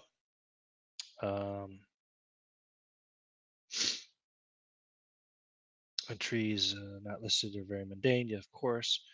A lot of things like nothing occurred today, purchase a new suit in my afternoon off, a lot of boring shit. But the things that stand out in Journal 1 from 14 years ago. September 10th. Another embarrassing memory lapse today. This journal should help me deal with the problem. September 13th, another interesting entry says, I have had Mother sign the last of the legal papers that transfer ownership of Corbitt Importers of America from her to myself. She seems to be doing well in the new nursing home, and I hope they can give her the treatment and attention that she needs. I'm afraid her condition continues to decline rapidly. The death of Father seems to have unhinged her mind. If she knew my role in his death, although I don't in the least feel responsible, I'm sure it would kill her. She would never understand the power of my new lord, Ramasekva. Could she have but experienced those moments on the mountain when he appeared in all his terrible magnificence? He spoke with me and left his mark upon my breast. Then he took hold of my father, and the two became one with each other. Before devouring him, Ramasekva tore my father's head from his shoulders. October 29th. Have met a charming young woman at a social gathering. Her name is Lynn Myers. I have arranged to take her to the pictures next week. My lord, I think, would approve of her. And December 12th. Spent 30 hours in ceremony. Have located Ramasekva. He wants a bridge to the world and needs my help. I have agreed. My studies have shown that Ramasekva is an obscure Asura, an East Indian demon. The Asura are said to be older gods, the ones who ruled before the coming of Shiva. Certain things spoken of in Wen's book lead me to believe there may be a link to a being called Yog Sothoth. What kind of nonsense is this? And I point out those passages to the other two. I believe. You read them to it? You read Yeah, I them would to read it? them out. As I get to them, I'd read them out. Look at this. Here, listen to this, and then I'll read them out. My lord, perhaps there is more to our Mr. Corbitt than meets the eye. Ramasekva. What's this? Yagasuth. Whatever it may be. There's too many vowels in there. Too many consonants in that name. Nothing else. He's insane, if nothing else. Well, surely, yes. There must be some, perhaps their harrowing journey and flight down the mountain unhinged him somehow. Might be a good idea to look through the rest of these. Perhaps he came to himself in later volumes. But you got plenty of time. If you want to read them all, it'll only take about 7 hours. Would you? I think we should check the rest of the house before we finish reading. Or do you want to? That was a reference you made, Yagasaka, that you said. Was it said somebody else referred that name? Some connection between this creature he calls his master and this other creature? This other thing? It says certain things spoken of in Wen's book lead me to believe there may be a link to a being called Yog Sothoth. Does he have Wen's book up here? Yeah, it's there. It's the one that I said was titled True Magic? True Magic by Theophilus Wen. Okay. Yeah, it's this one here. I point to it. Is there an index or anything where we could look up this Yarda, whatever he is? No, this is an old book. Okay, so it'll just be you read through it and. Well, yeah, it's pretty extensive and pretty heavy stuff. Really poorly, handwritten. It's hard to read. Just flipping through it too, it's a lot of weird symbolism and arcana. Basically, it would take you probably months to study this and really make sense of it. It's almost like a coded language in a sense. Basically, I was just trying to get any of you have any occult? No. Okay.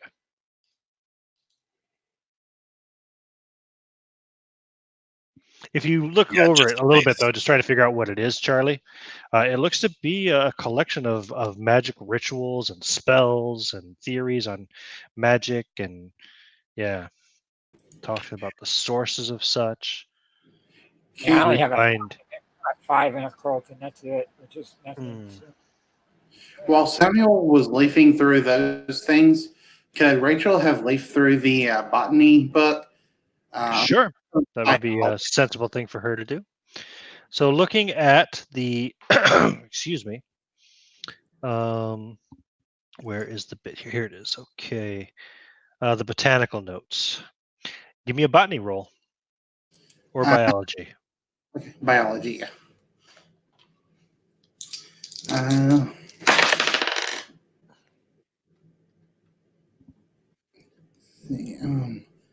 When I'm landed on my keyboard, 1 second.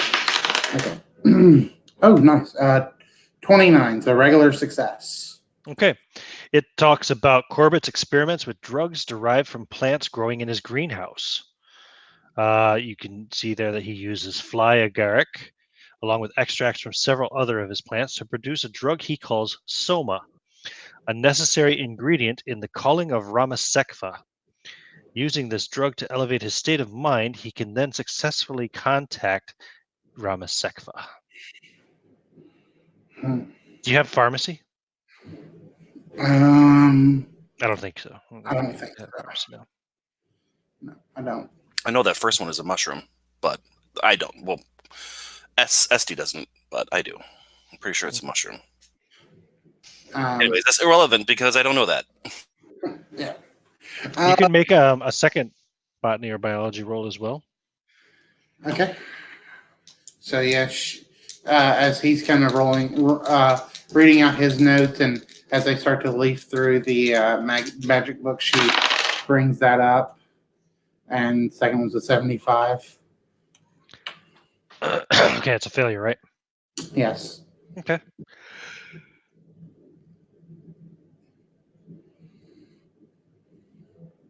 No worries. Okay. Yeah. No, I don't know. I don't know what this means. Yeah, some of the stuff in here is really advanced, like botany stuff that you just can't quite make out. Like talking about some weird plants that you've never even seen before. Like they just look bizarre. Some kind of, there's drawings of them in there. There's like some kind of weird orange, like vine, and then there's another like weird looking flower with a purple kind of Does she have her sketch pad with her? blossoms, etc. Does she have her sketch pad with her? Sure, I imagine she could. She would like to sketch out what some of these plants look like real quick. Okay, cool. Information she could take with her. We start So- working on that. Should I make a draw roll? Yeah, sure. Go ahead. I'm gonna. Well, she's. Yeah, Oh, I'm doing my reading right now. Sorry. How'd you do, Krystal? 53. That's a regular success. Okay. Yeah, you're copying over. It'll take you a little bit of time to do that, to sketch them out properly in your journal. What were you going to say, Merrick? So I'm gonna go to the year that the wife died, and look at that journal. That would be The year that his wife died, right? Right. Okay. Yeah, that's journal 2. Oh, okay. So yeah, you can read that journal while she's doing her sketching. Right. The botany book, the botany journals, whatever. Yeah. What about Charlie? What's Charlie doing while this is all going on? Pardon me. Hmm. I don't know. I don't want to delve into all these spell books. They're too complicated for him. Sure. Just maybe listen if Sam or Rebecca start reading anything out. That's totally cool. Yep, you're just kind of hanging out and paying attention to what they find and stuff. That's cool. No worries. So journal 2. So this would have been 13 years ago. I found myself wanting to make Lynn my wife and have sealed the thought by proposing to her. She accepted, and we have set the date of marriage for March 9th of this year. Ramasekva assures me the time is right. March 13th. Have returned from our honeymoon. Lynn and I have decided to keep the family place as it is excellent for raising children. In May, all being well, Lynn will accompany me on my trip to Ceylon for a new herbal tea supply. This may be my last trip out of the country for a while. A man who plans a family must be willing to settle down a bit. April 1st. Had to send Lynn to visit her mother while I cast the ceremony. I don't believe she is ready to understand yet. Ramasekva has told me he wants a union of flesh. He demands the union be made with my wife. I am to await 13 days, cast another, easier ceremony, and then wait. Ramasekva is to take my place. April 14th. Cast the ceremony in the morning and Ramasekva came. I waited in the basement while he visited Lynn for several hours. She seems to suspect nothing. July 19th. Have told my wife to remain in bed throughout the day as she is taken ill from her pregnancy. I took the day to contact Ramasekva. I am to deliver the child myself at home. My master has directed me to raise this child as if it were my own. November 21st. Horror of horrors. My life is ashes. Poor Lynn went into labor today, and in the course of giving birth to the child, she expired, despite all that I did to save her. Nurse Dunlap blundered into the room at the wrong moment, and when she saw the child, she took leave of her senses. In trying to take care of her, I may have neglected Lynn at a critical moment. At any rate, she is gone, and I blame only myself. A second child, a boy, was born dead. I have turned both bodies over to the funeral home. The child of Ramasekva I have hidden in the basement. The thing is limbless and appears to have, next page, trouble breathing. I don't think it can live for long. November 25th. The funeral of Lynn and the child was held. Her parents were heartbroken and felt pity for me. I later consoled them and promised to stay in touch. November 26th. The ceremony of Ramasekva brought him forth to explain the child. He said the thing would live and that I am to spend the next 10 years preparing for a time when it would need me. When the time comes, I am to equip it for life on Earth. It will be given limbs and lungs. I am not to contact Ramasekva until 10 years and a day have elapsed. December 14th. I have found someone to help me. A man named Randolph Tomaszewski. He works at the local hospital and assures me that he can supply me with the parts necessary to the experiments I must conduct over the next few years. He is an unsavory type, but I need his help. I have agreed to supply him with a small amount of the drugs that he desires, and he, in return, will try to fill my needs. Perhaps through association with myself, he will find a way to better himself. He seems a particularly irreligious and bitter man. Next week, I will make my first trip to the dump and see what my confederate has been able to find for me. The experiment should prove a challenge, but I have every confidence that I can learn, especially with my Lord Ramasekva's guidance. And I'm going to just assume all these interesting entries, which I just read out loud, that you Right, all... I would read out loud, yes. My word. 10 years? That would have been...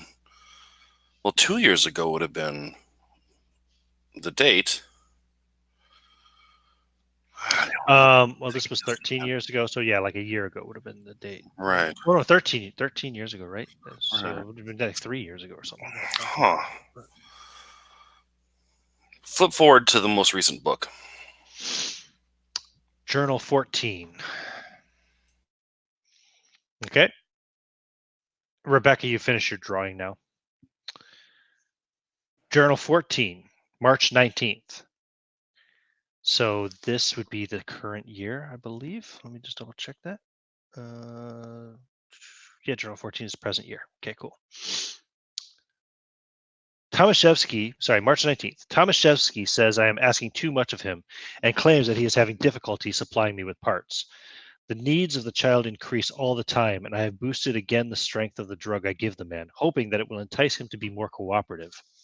I fear, however, that the drug simply exacerbates his derangement.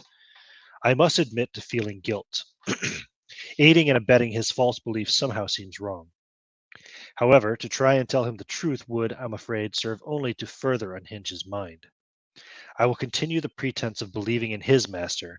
I value the services Tomaszewski renders too much to risk further damage to his grasp on reality. Most of the child's organs are now in place, and a few limbs have been attached. The grafts heal nicely. My years of experimenting are paying off. March 28th, April 8th, April 11th, April 19th, May 14th, and May 25th. These dates all contain similar statements to the one I just read. The increasing growth rate of the child thing, necessitating increasingly frequent trips to the garbage dump, is a source of surprise and pleasure for Corbitt.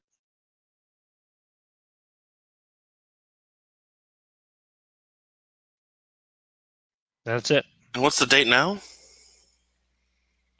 I don't think it ever said the date, did it?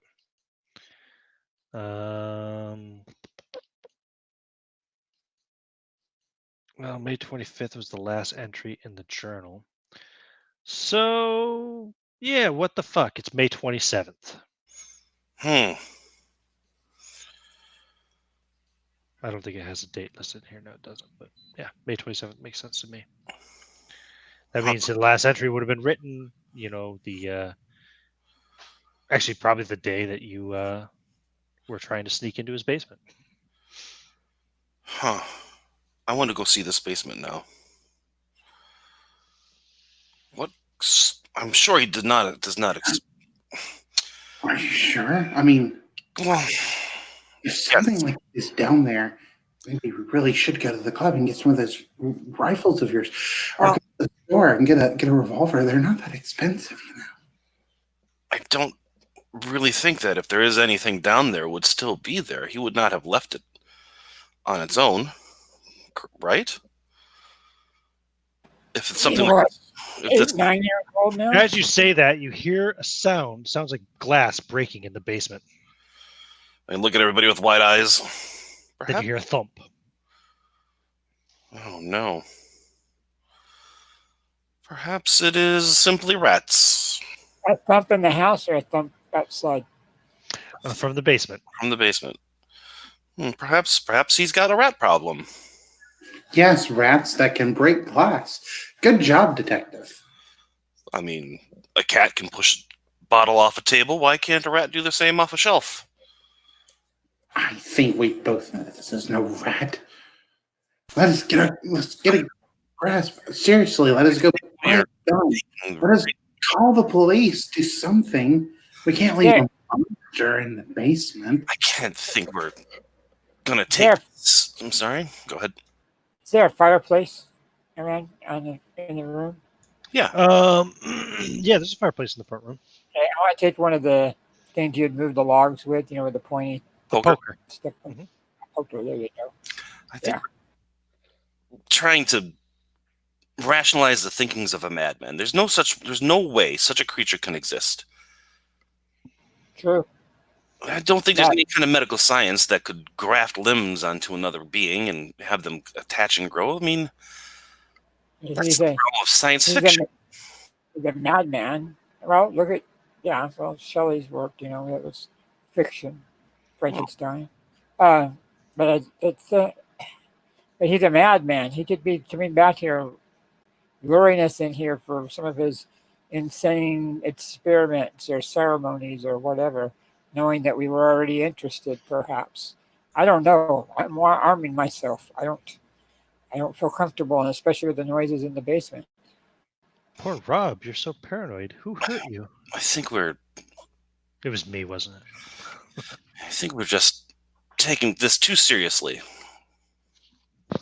Some journals and some hocus pocus books, and suddenly there's creatures in the basement and old gods coming to take over the world. Madness. If nothing else, we could take the book and turn it to the police, and they could read it and see that he is insane, and maybe he did something to his wife, and take care of it that way. That's up to you. It's your neighbor, and we're along for the ride. If you truly believe there's nothing in the basement, then you wouldn't have any problem going down there. I certainly don't. Very well, I shall go take a look. Samuel, I wasn't being serious. Oh, come now. Stop him. I'll follow you with this, poke him from the rear. Look for the door to the basement. Okay. Behind him. Rebecca cowers behind him. Let me just check here something real quick. I'm trying to figure out where the... Yeah, okay, so that's the basement steps there. So the steps on the floor, house map 1. Yeah, it's the... oh, wait, it's the ones at the back there, right? I imagine the ones in the where you see porch and then down that hallway, those... Oh, no, it's from the kitchen. There's a door that opens from the kitchen. See, it's kind of open there. Right. It goes under the stairs that actually go up to the second floor as well. So, you know what I mean? Like right. Yeah. Oh, I see what you mean. So it's on the reverse. There's the door. I see it open there in the kitchen. And then the other door that has the steps that kind of L out, those are for the backyard. Above that. Like opposite side of the porch. That's the back door. Yes, correct. Sorry, and then opposite that back door, that I can see it now. Yeah, that's the basement door. Okay. Yeah, go to the kitchen and look around and open the door and shine my torch down. Okay, Rebecca's going to stand near the kitchen door, near the back door. Is that where the back door is in the kitchen? Yep. Yeah. It's probably locked though.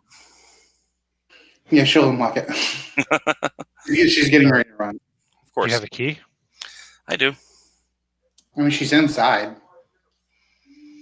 Oh, yeah. True. Sure. Okay, cool. So who's going downstairs? I will open the door to the basement and shine my torch down the stairs. And look for a light switch, actually. There's probably one at the top of the stairs. If there is, I'll flip it. Okay. I'm standing right behind. Shine my torch down. Let's see here. So I need to open this up too so I can actually see it better. Basement map. There. Okay. So, yeah, it goes down to a landing, and there is a stairs that go off to the left at a 90-degree angle, or you can kind of do a little kind of 180 around the corner there on the right, and there's another set of stairs which leads down, and there's a door at the end of each of those extra little bits of stairs, the short little, steps, short little landings, if you will. You know what I mean? You can see it on the map there, I presume. Yes? So it's probably one set of stairs that lead towards the area of the house that we tried to open the window on, and then another set of stairs that leads to another area of the basement. Yeah, and 2 basements. well, it's just yeah. The one to the right leads kind of back towards where the window was. Yeah. All right, well, I'll head down that way and I'll listen at the door. The one that leads towards the one where the window was at, that we tried to open, where the activity was happening. Okay, well, it's not exactly to the activity, but yeah, if you look at your map. Oh, you have the basement up there. Okay. I see. Yeah, Okay. Oh, Okay. yeah, I should send that to you actually in the chat. So heading down the stairs would be on the left, would be the one that leads to the window I'm thinking of, isn't it? Well, the left as you're looking at the map would be your right as you come down the stairs. Do you know what I mean? Oh, so it was on the left. Okay, so facing from the porch, we went to the left side of the house, not the right side. Correct. Okay, I had it otherwise in my mind. Okay, so it's the Yeah. 180 stairs that we need to go down. Mhm. Okay. Okay, and you said you could go up and listen. Listen at the door. Okay. Let me see here. Yeah, give me a listen roll. All right. Oh. I rolled a 25, and I have a 40. Okay. Pardon me. Sorry. Yeah, you hear a sound, which sounds kind of like some kind of scampering, light scampering sound, and that's it. And then it stops. Kind of like imagine like a dog, like runs across the floor real quick and then stops. Right. Hello? Is there anyone in there? You hear nothing. Knock on the door. Dunk, dunk. And you hear nothing. Well, there was some kind of scampering sound, but thump, thump. I don't hear anything now. Is there a keyhole I can look through? No. Does the door have a lock on it? It just has a latch, yeah. Okay, so just like so there's not like a way to lock it. No. Well then, shall we take a look? Right behind you. With my poker. What now? I didn't hear that, Rob. He's just wielding. So I'm right behind you with my poker. All right, well, I'll open the door, push it open, and shine the torch in. Okay, yeah, because it is, of course, dark. Mm-hmm. And you are looking into. Pull up my map here. Yeah, you're looking into some kind of a lab, like tiled floor. You see, like a beaker straight across from the door, sitting a big, like not a beaker. What is that called? The big. Yeah, it's like a beaker. You know what I mean? Chemistry device sitting on a table right across from you. There's a big work table in the middle to your left. You can see all kinds of shelves and cabinets and such. And I have an official description of the area. So, right, okay. Yeah, basement. So one end of the lab is filled with various chemicals stored in jars. There are numerous beakers, retorts, mortars, and pestles, and balances. Retort, that was the word I think I was looking for. Several dried plant specimens litter the table. On the other side of the room, you can see Mr. Corbitt's surgery. Scalpels, catgut, needles, rib spreaders, clamps, and other implements are all stored in a large metal cabinet. Oh, okay, I guess, yeah.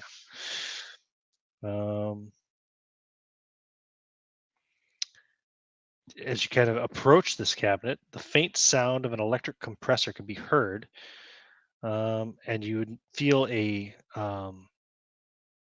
faint draft of cold air coming from a lower drawer of the cabinet.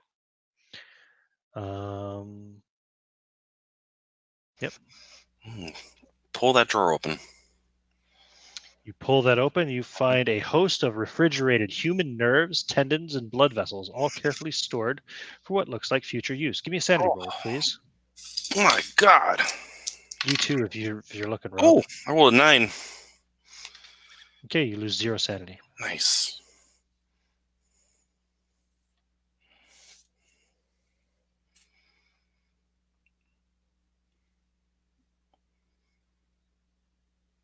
How disgusting. Lost sanity. So I didn't make it. Okay, you lose 1 point of sanity. Okay. Let's see. In another part of the lab, there are bottles of glucose and saline solutions. The place is confusing. It seems to serve a surgeon, a chemical manufacturer, and a plant breeder all at the same time. You would guess that all of this equipment that you're seeing in this lab room alone, probably several $1,000s worth of equipment. And it's more than most men are able to spend on their hobbies. But hey, Indeed. he is a very successful businessman. And he does live in this neighborhood. And you hear again the scampering sound coming from the room to the south of where you currently are. Shine my light over there. Shine your light over there. You see the door is somewhat ajar. Are there any light switches in this room? Yeah, sure there would be. Turn the lights on. Okay, the lights come on in the lab. Hello? Like I said, that door to the room directly to the south of the table there in the lab is slightly ajar. I say hello? You hear nothing. Perhaps our monster's in there. I look at Charlie and say with a grin. Shut up. There's also a closet. If you're looking at the map there, to the right of that door, kind of between that door and the where the stairwell is. I see what you're talking about. That built out part thing. Mm-hmm. Open that up. You open that door up, and let me see what's in the closet. Oops, I went the wrong way. Oh, hey, look, it's Tom Cruise. No, I'm kidding. Nope. The closet. Excuse me a second.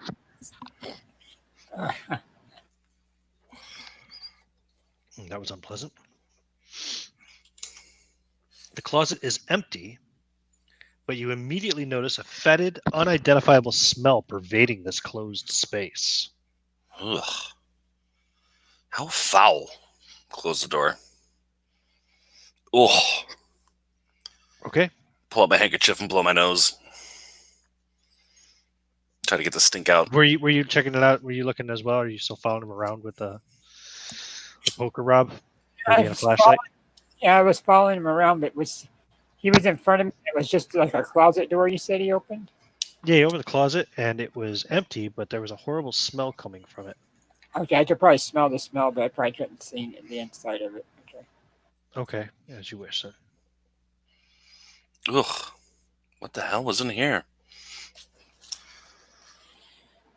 Maybe he had rotten vegetables in here. Who knows? That would be a tragedy. Our monster. Who knows? Yes, the monster. All right. Well, let's mosey over to this slightly ajar door and shine the light through the crack.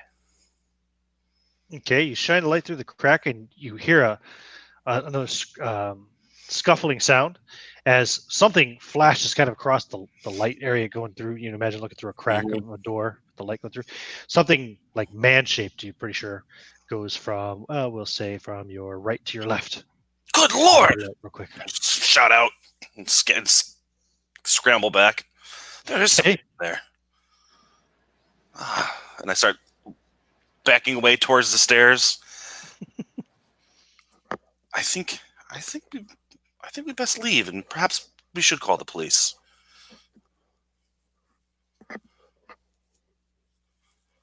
Yes. Charlie? It's your neighbor. That's up to you. If this, yeah. I mean, we got. Yeah, And then the door bursts open, and the thing rushes out straight towards you. scream and throw my torch at it. Okay, you scream and throw your torch at it. Now, let me just describe what happens here as it charges into you. Actually, let's see. What's your luck? 50. What's your luck, Rob? Let's see. My luck is 45. Okay, you have the lower luck, so it's going to hit you, not him. That seems fair. I got it. Right. Scampering woman thing. Percentiles. See if it actually hits you. Yeah, it does. I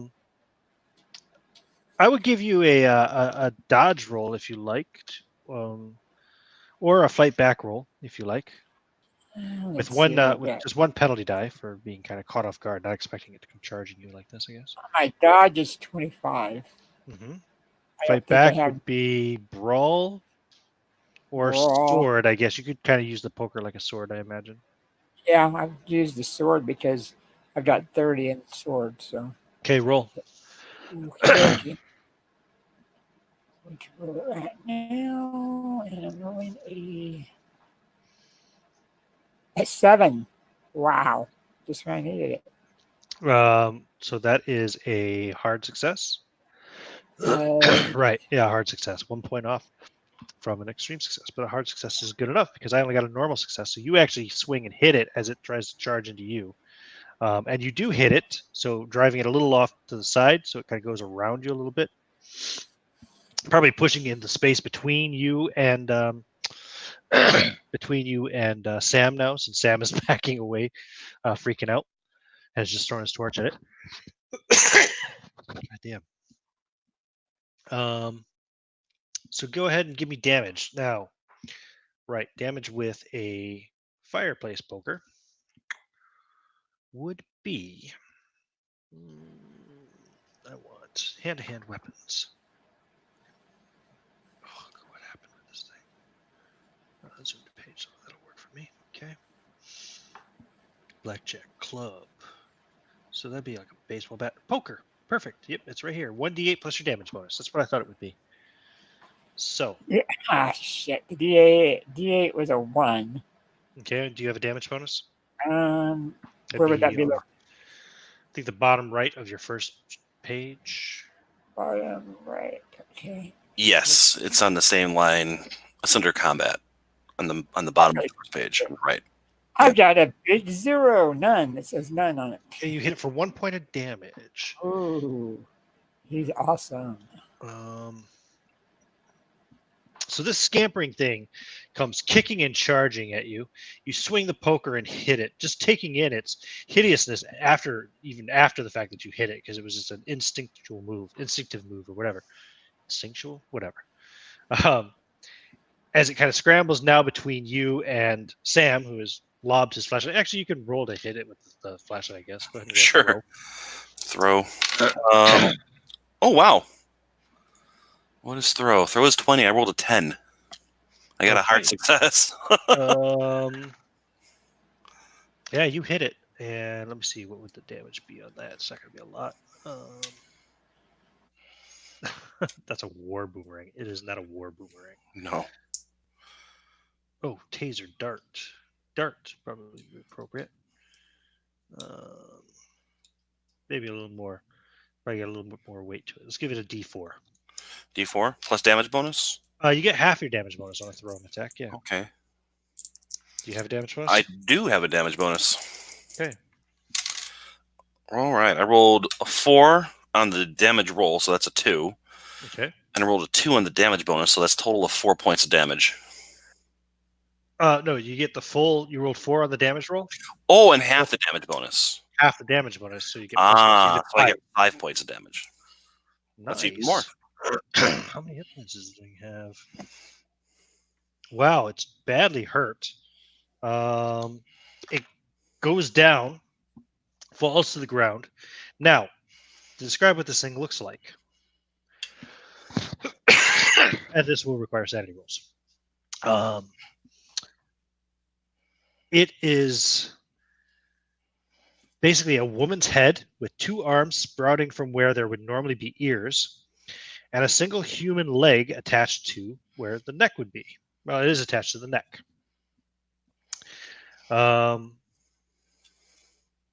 And you have, he hit it with the poker, and then you threw the flashlight and beamed it right in the face, and it is now lying on the ground, kind of hissing and spitting and trying to scramble backwards away from you. Hit it again! Hit it again! Semi-human face twisted in fear. Now, give me those sanity rolls. Yeah, definitely. No, I failed that. Okay, you will lose 3 points of sanity. Rob, did you make your sanity roll?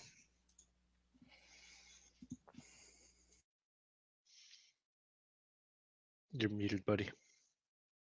I rolled a 94 on my sanity roll in case that matters. No, it's fine. Okay, there. Sorry, I was muted. Yeah, I missed, and I'm down to 20 now. I moved the 3 down, like you said. Oh, no, you don't lose 3. He Oh. lost 3. I'm sorry. You lose 6. Oh, yeah. Give me an idea roll, please. So I'm down to 17. And actually, that'd be, 6. An idea roll? Yeah. Okay.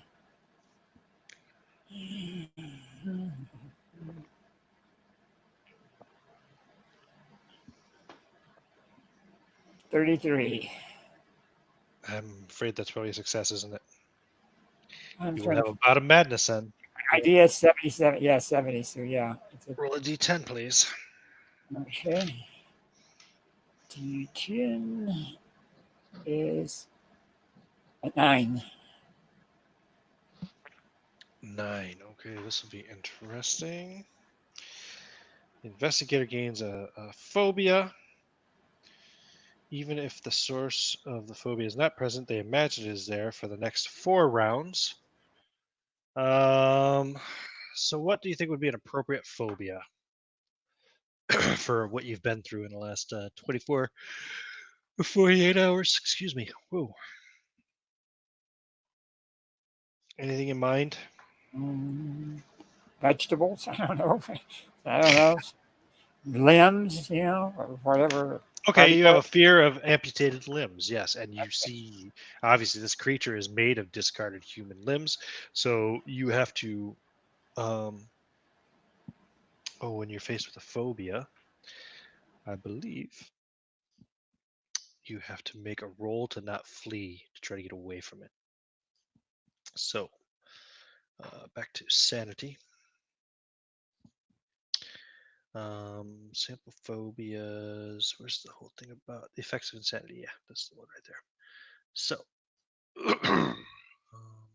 again, this fucking screen. What is up with that? There.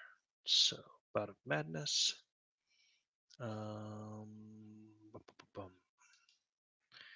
want the bit about phobias, right?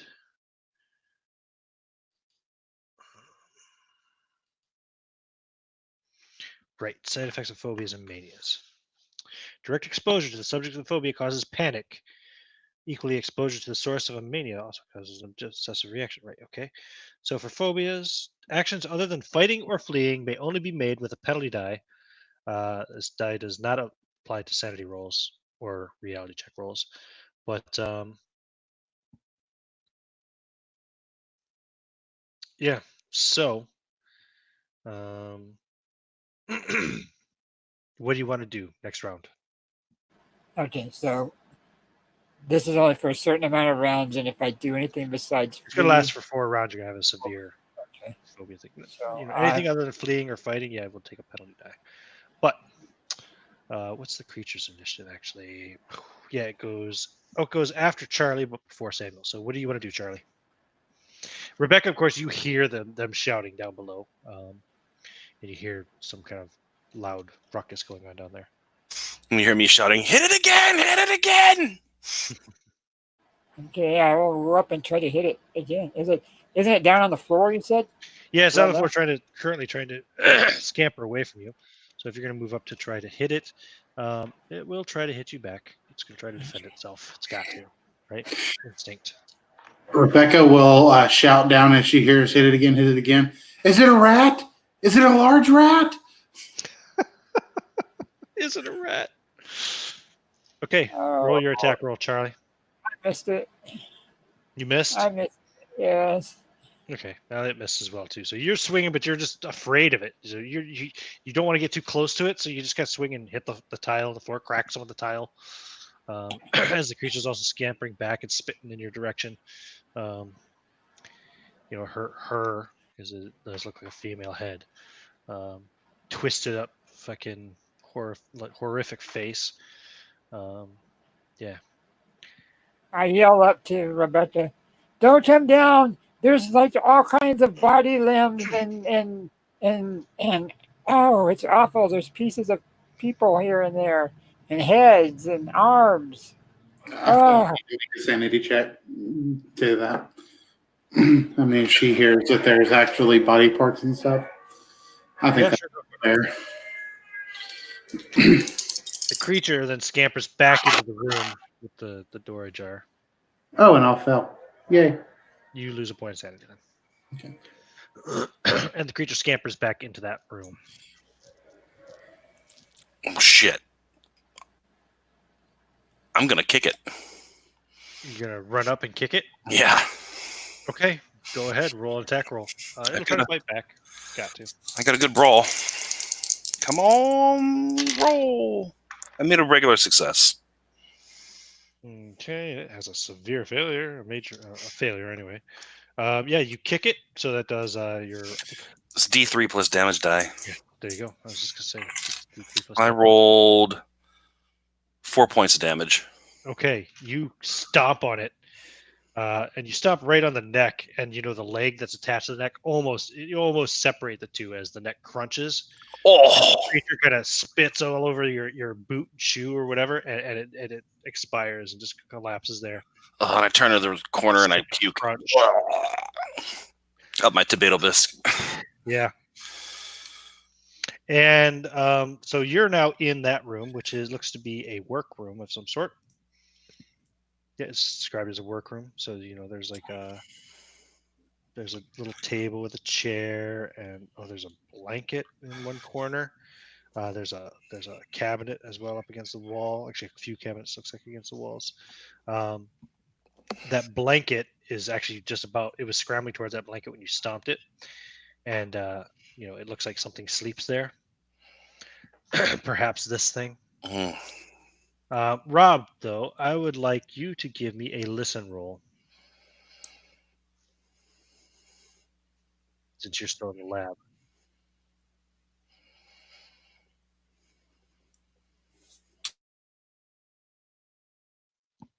yeah, I rolled a 33, and I'm trying to find my listen right now.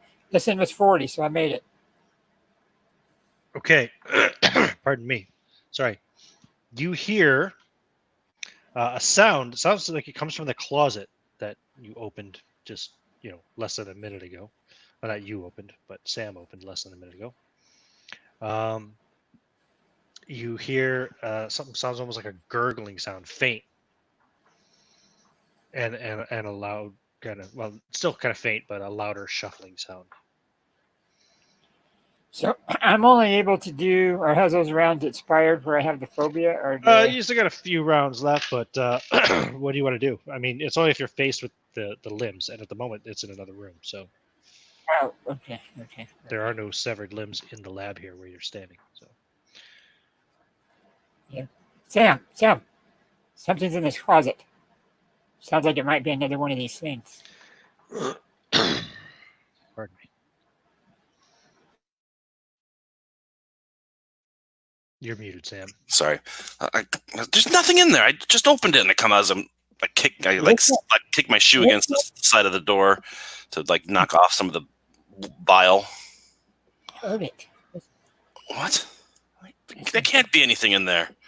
Walk over. See? Walk. I walk over and I fling the door open. Okay, give me a spot hidden roll. So imagine you shine your torch in there. Both of you can make spot hidden rolls. Nope. Oh, just sit here and I roll it. And I rolled a... I rolled a 71. I'm sure I missed it. No. Wow, your dice suck, both of you. Yeah. Yeah, you don't see anything, but that smell is awful. And again, you hear a shuffling sound from behind the closet. Ooh. Behind the wall of the closet. Room. And I slowly close the door and I push it closed and I look at Sam and I run up the stairs. Okay. Hey, wait for me. It was running up the stairs towards you, Rebecca. Rebecca's at the edge of the stairs, and she's freaking out because she's heard there's body part down there.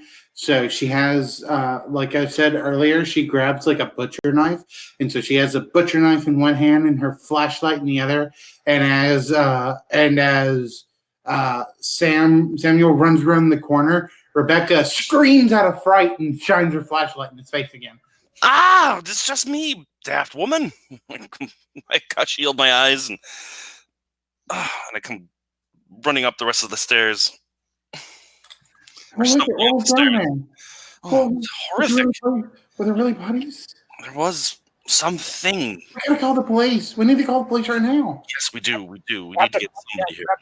Grab the book that talks about how he... Grab all the books. Grab them.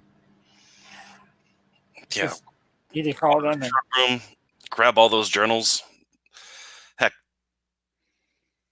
as I leave the kitchen, grab a kitchen towel. I know I have my smoking jacket on. Run in there, throw that on the table, throw all the books in there and bundle them up and hoist them on my shoulder and run back to my house. Okay. And lock the door as I leave, just in case. Okay. You guys run back to Sam's house with all the books bundled up. Mm-hmm. Mm-hmm. And, yeah. What do you do then? I call the police. Okay. So, this will bring us to one of the endings. Which one? So, here we go. If the investigators choose not to deal with the monsters themselves, but notify the authorities, they are cowards and should be punished. No. Police will arrive. So what do you say to the police? Yeah, you ring the police. This is the Boston police.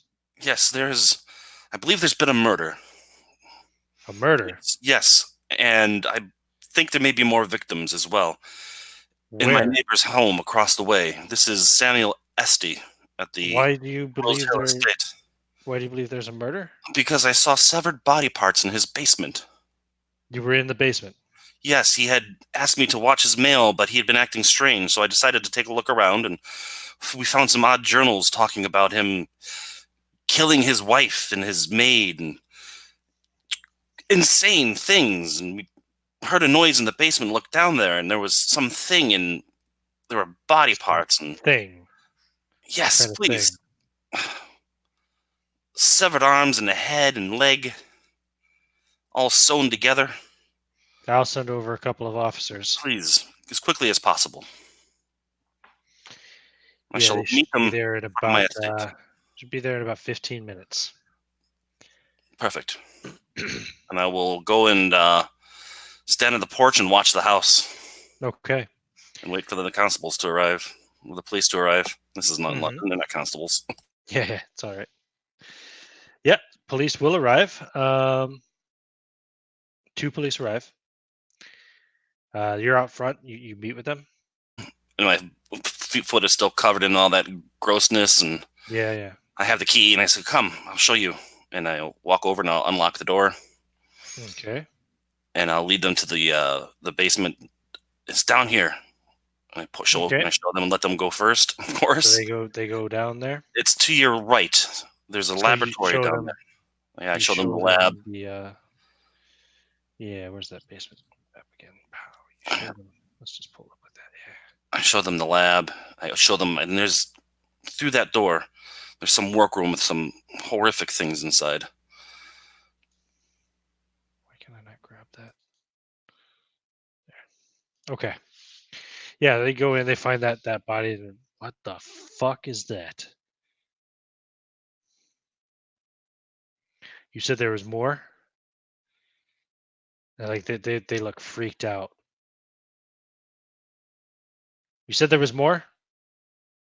Yes, I walk over to the cabinet where the cold arrow's coming out, and I pull that drawer open and see, look. It's like he was... He's insane.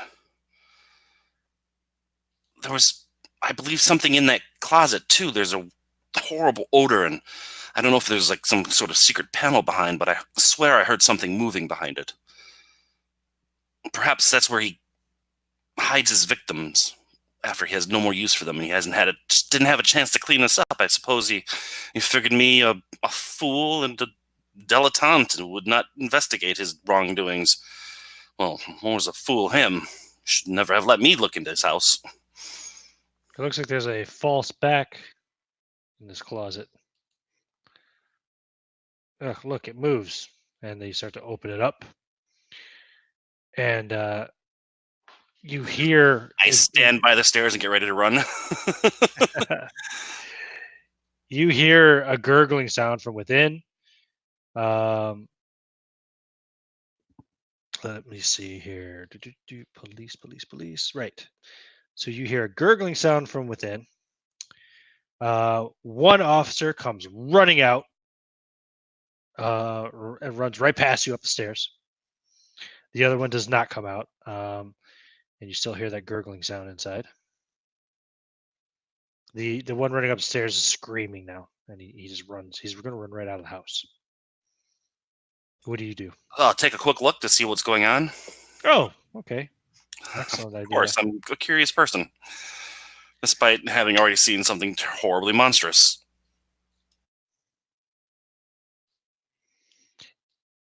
You see... where's the description of it here?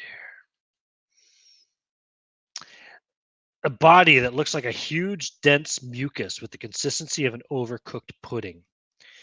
An interior skeleton can be seen poking through the body from time to time, while 3 great vents closed by wrinkly lips rhythmically aspirate the creature with puffing, wheezing sounds. 10 human legs, all children's, though of various colors and sizes, rim the lower part of the body, providing it with locomotion, while the 15 chubby little arms encircling the upper side of its body writhe about, grasping at nothing. The thing is quite featureless. However, it's currently mounting an unconscious police officer, standing over him and lowering its body onto him, and you start to hear a sucking, wet smacking sound. As it does so, a foul-smelling brown goo begins to issue from the hole on top of its head, almost like a whale's blowhole. Yeah, that's shit. Oh. It whimpers almost like a child as it, you assume it seems to be doing something to this officer's body. What do you do? Oh, give me a sanity roll. Okay, sanity roll is... I rolled an 8. An 8, really? Wow, yeah. You. Right? Now that's when you make your rolls. You make all the yeah, I sanity see rolls. this every Friday night. Suck at everything else. You lose 1 point of sanity only. Okay. I scream and stumble back.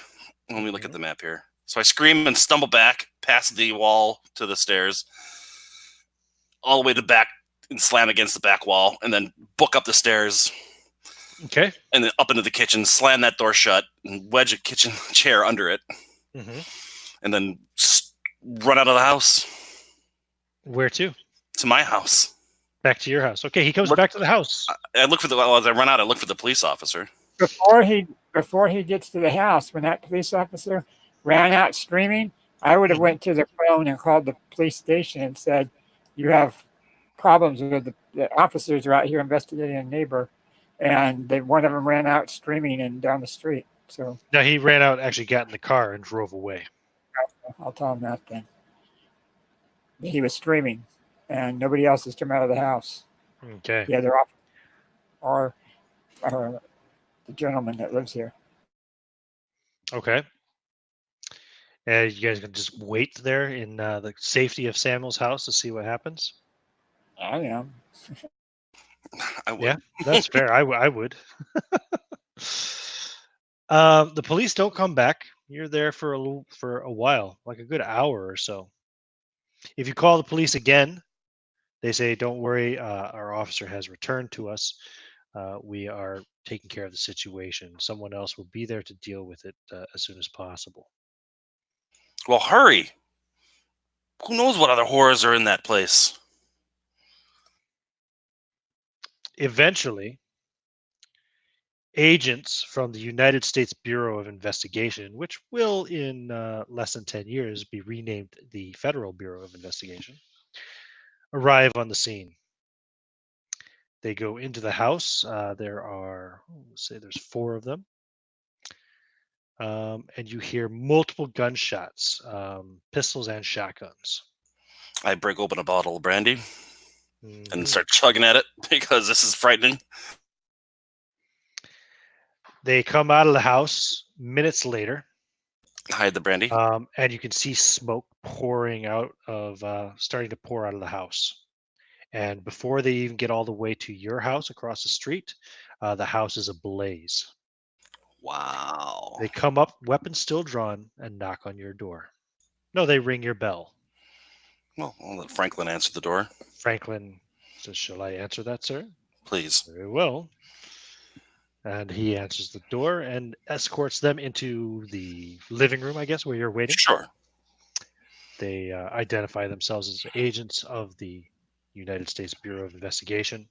We understand you retrieved some journals from the house across the Yes. street. Of course. They're all right there. When I point to the They start bundled up. gathering them up. Well, they're all still tied up in my coat.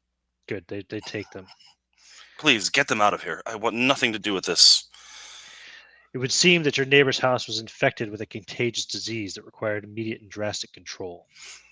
I It understand. was decided that burning the property was the most expedient method of dealing with this threat to the public. Certainly. I understand. You did the right thing to call the police. You may have just saved the entire city of Boston. Well, I am certainly no hero.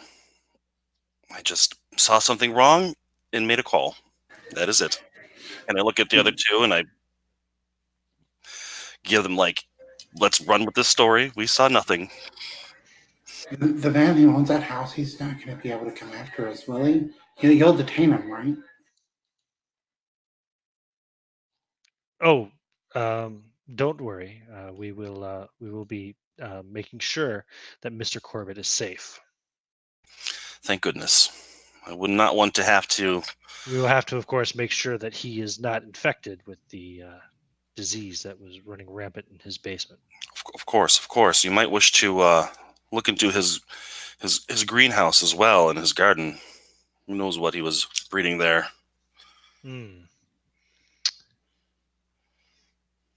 Yeah, they'll go back and they'll burn that down too. And when they leave, I turn to Franklin. I say, any and every object you have that Mr. Corbitt has ever given to this house, burn it. Okay, sir. All the wicker baskets, all the fruit and vegetables. All of it. Let none of it pass through these doors again. All right, and he will do so. You never hear or see anything No. You would eventually. You would see eventually that Mr. Bernard Corbitt was arrested and tried and found guilty and sent to a maximum security prison for what would it be called? Basically, for dealing with a severe danger to public health, making illegal international transactions that threatened the potential health and well-being of the entire United States of America, and he is never seen again. Thank the He is Lord. locked away. They lock him away and throw away the key, as they say. The same statement is put up in papers and on the radio news, whatever, that Mr. Corbett's house had been infected with a contagious disease. It required immediate and drastic control to ensure the continued well-being of the public. Yeah, and that's it. All right. I will, of course, when the reporters show up and say, he was such a quiet man. I never would have known he would do such a thing. How horrible. And that's all I'll ever say. That's my statement, and that's what I'm sticking to. And I instruct the staff to say the same. I give them a bonus. Now, you did deal with the threat, although you let the authorities do it for you, but still, you would all basically, if this character would be carried forward, you would all gain 1d10 sanity for dealing with the threat that was Mr. Corbitt in his house. God, So Lord. congratulations. Oh, that was gross. I'm glad you opened that door and got to see the creature before it was over. Oh, yeah, I had to. I had to do that. I mean, that's this guy's character. He was curious about everything, even though he was kind of a jerk. That's what I was doing the whole time. Like every time I was trying to like freak everyone out, it's because he's got a high intimidate. He just likes making people uncomfortable. Right. Very good. All right. Well, I'm going to end the broadcast with that. So that's the end of our first feature of the Call of Cthulhu Halloween double feature that I'll be doing this weekend. So in what would be about 16 hours, I think, if my math is adding up right. No, it's not 16. Yeah, it is about 16 hours. We will be running the night floors. So, yeah. All right. Thanks for playing. That was fun.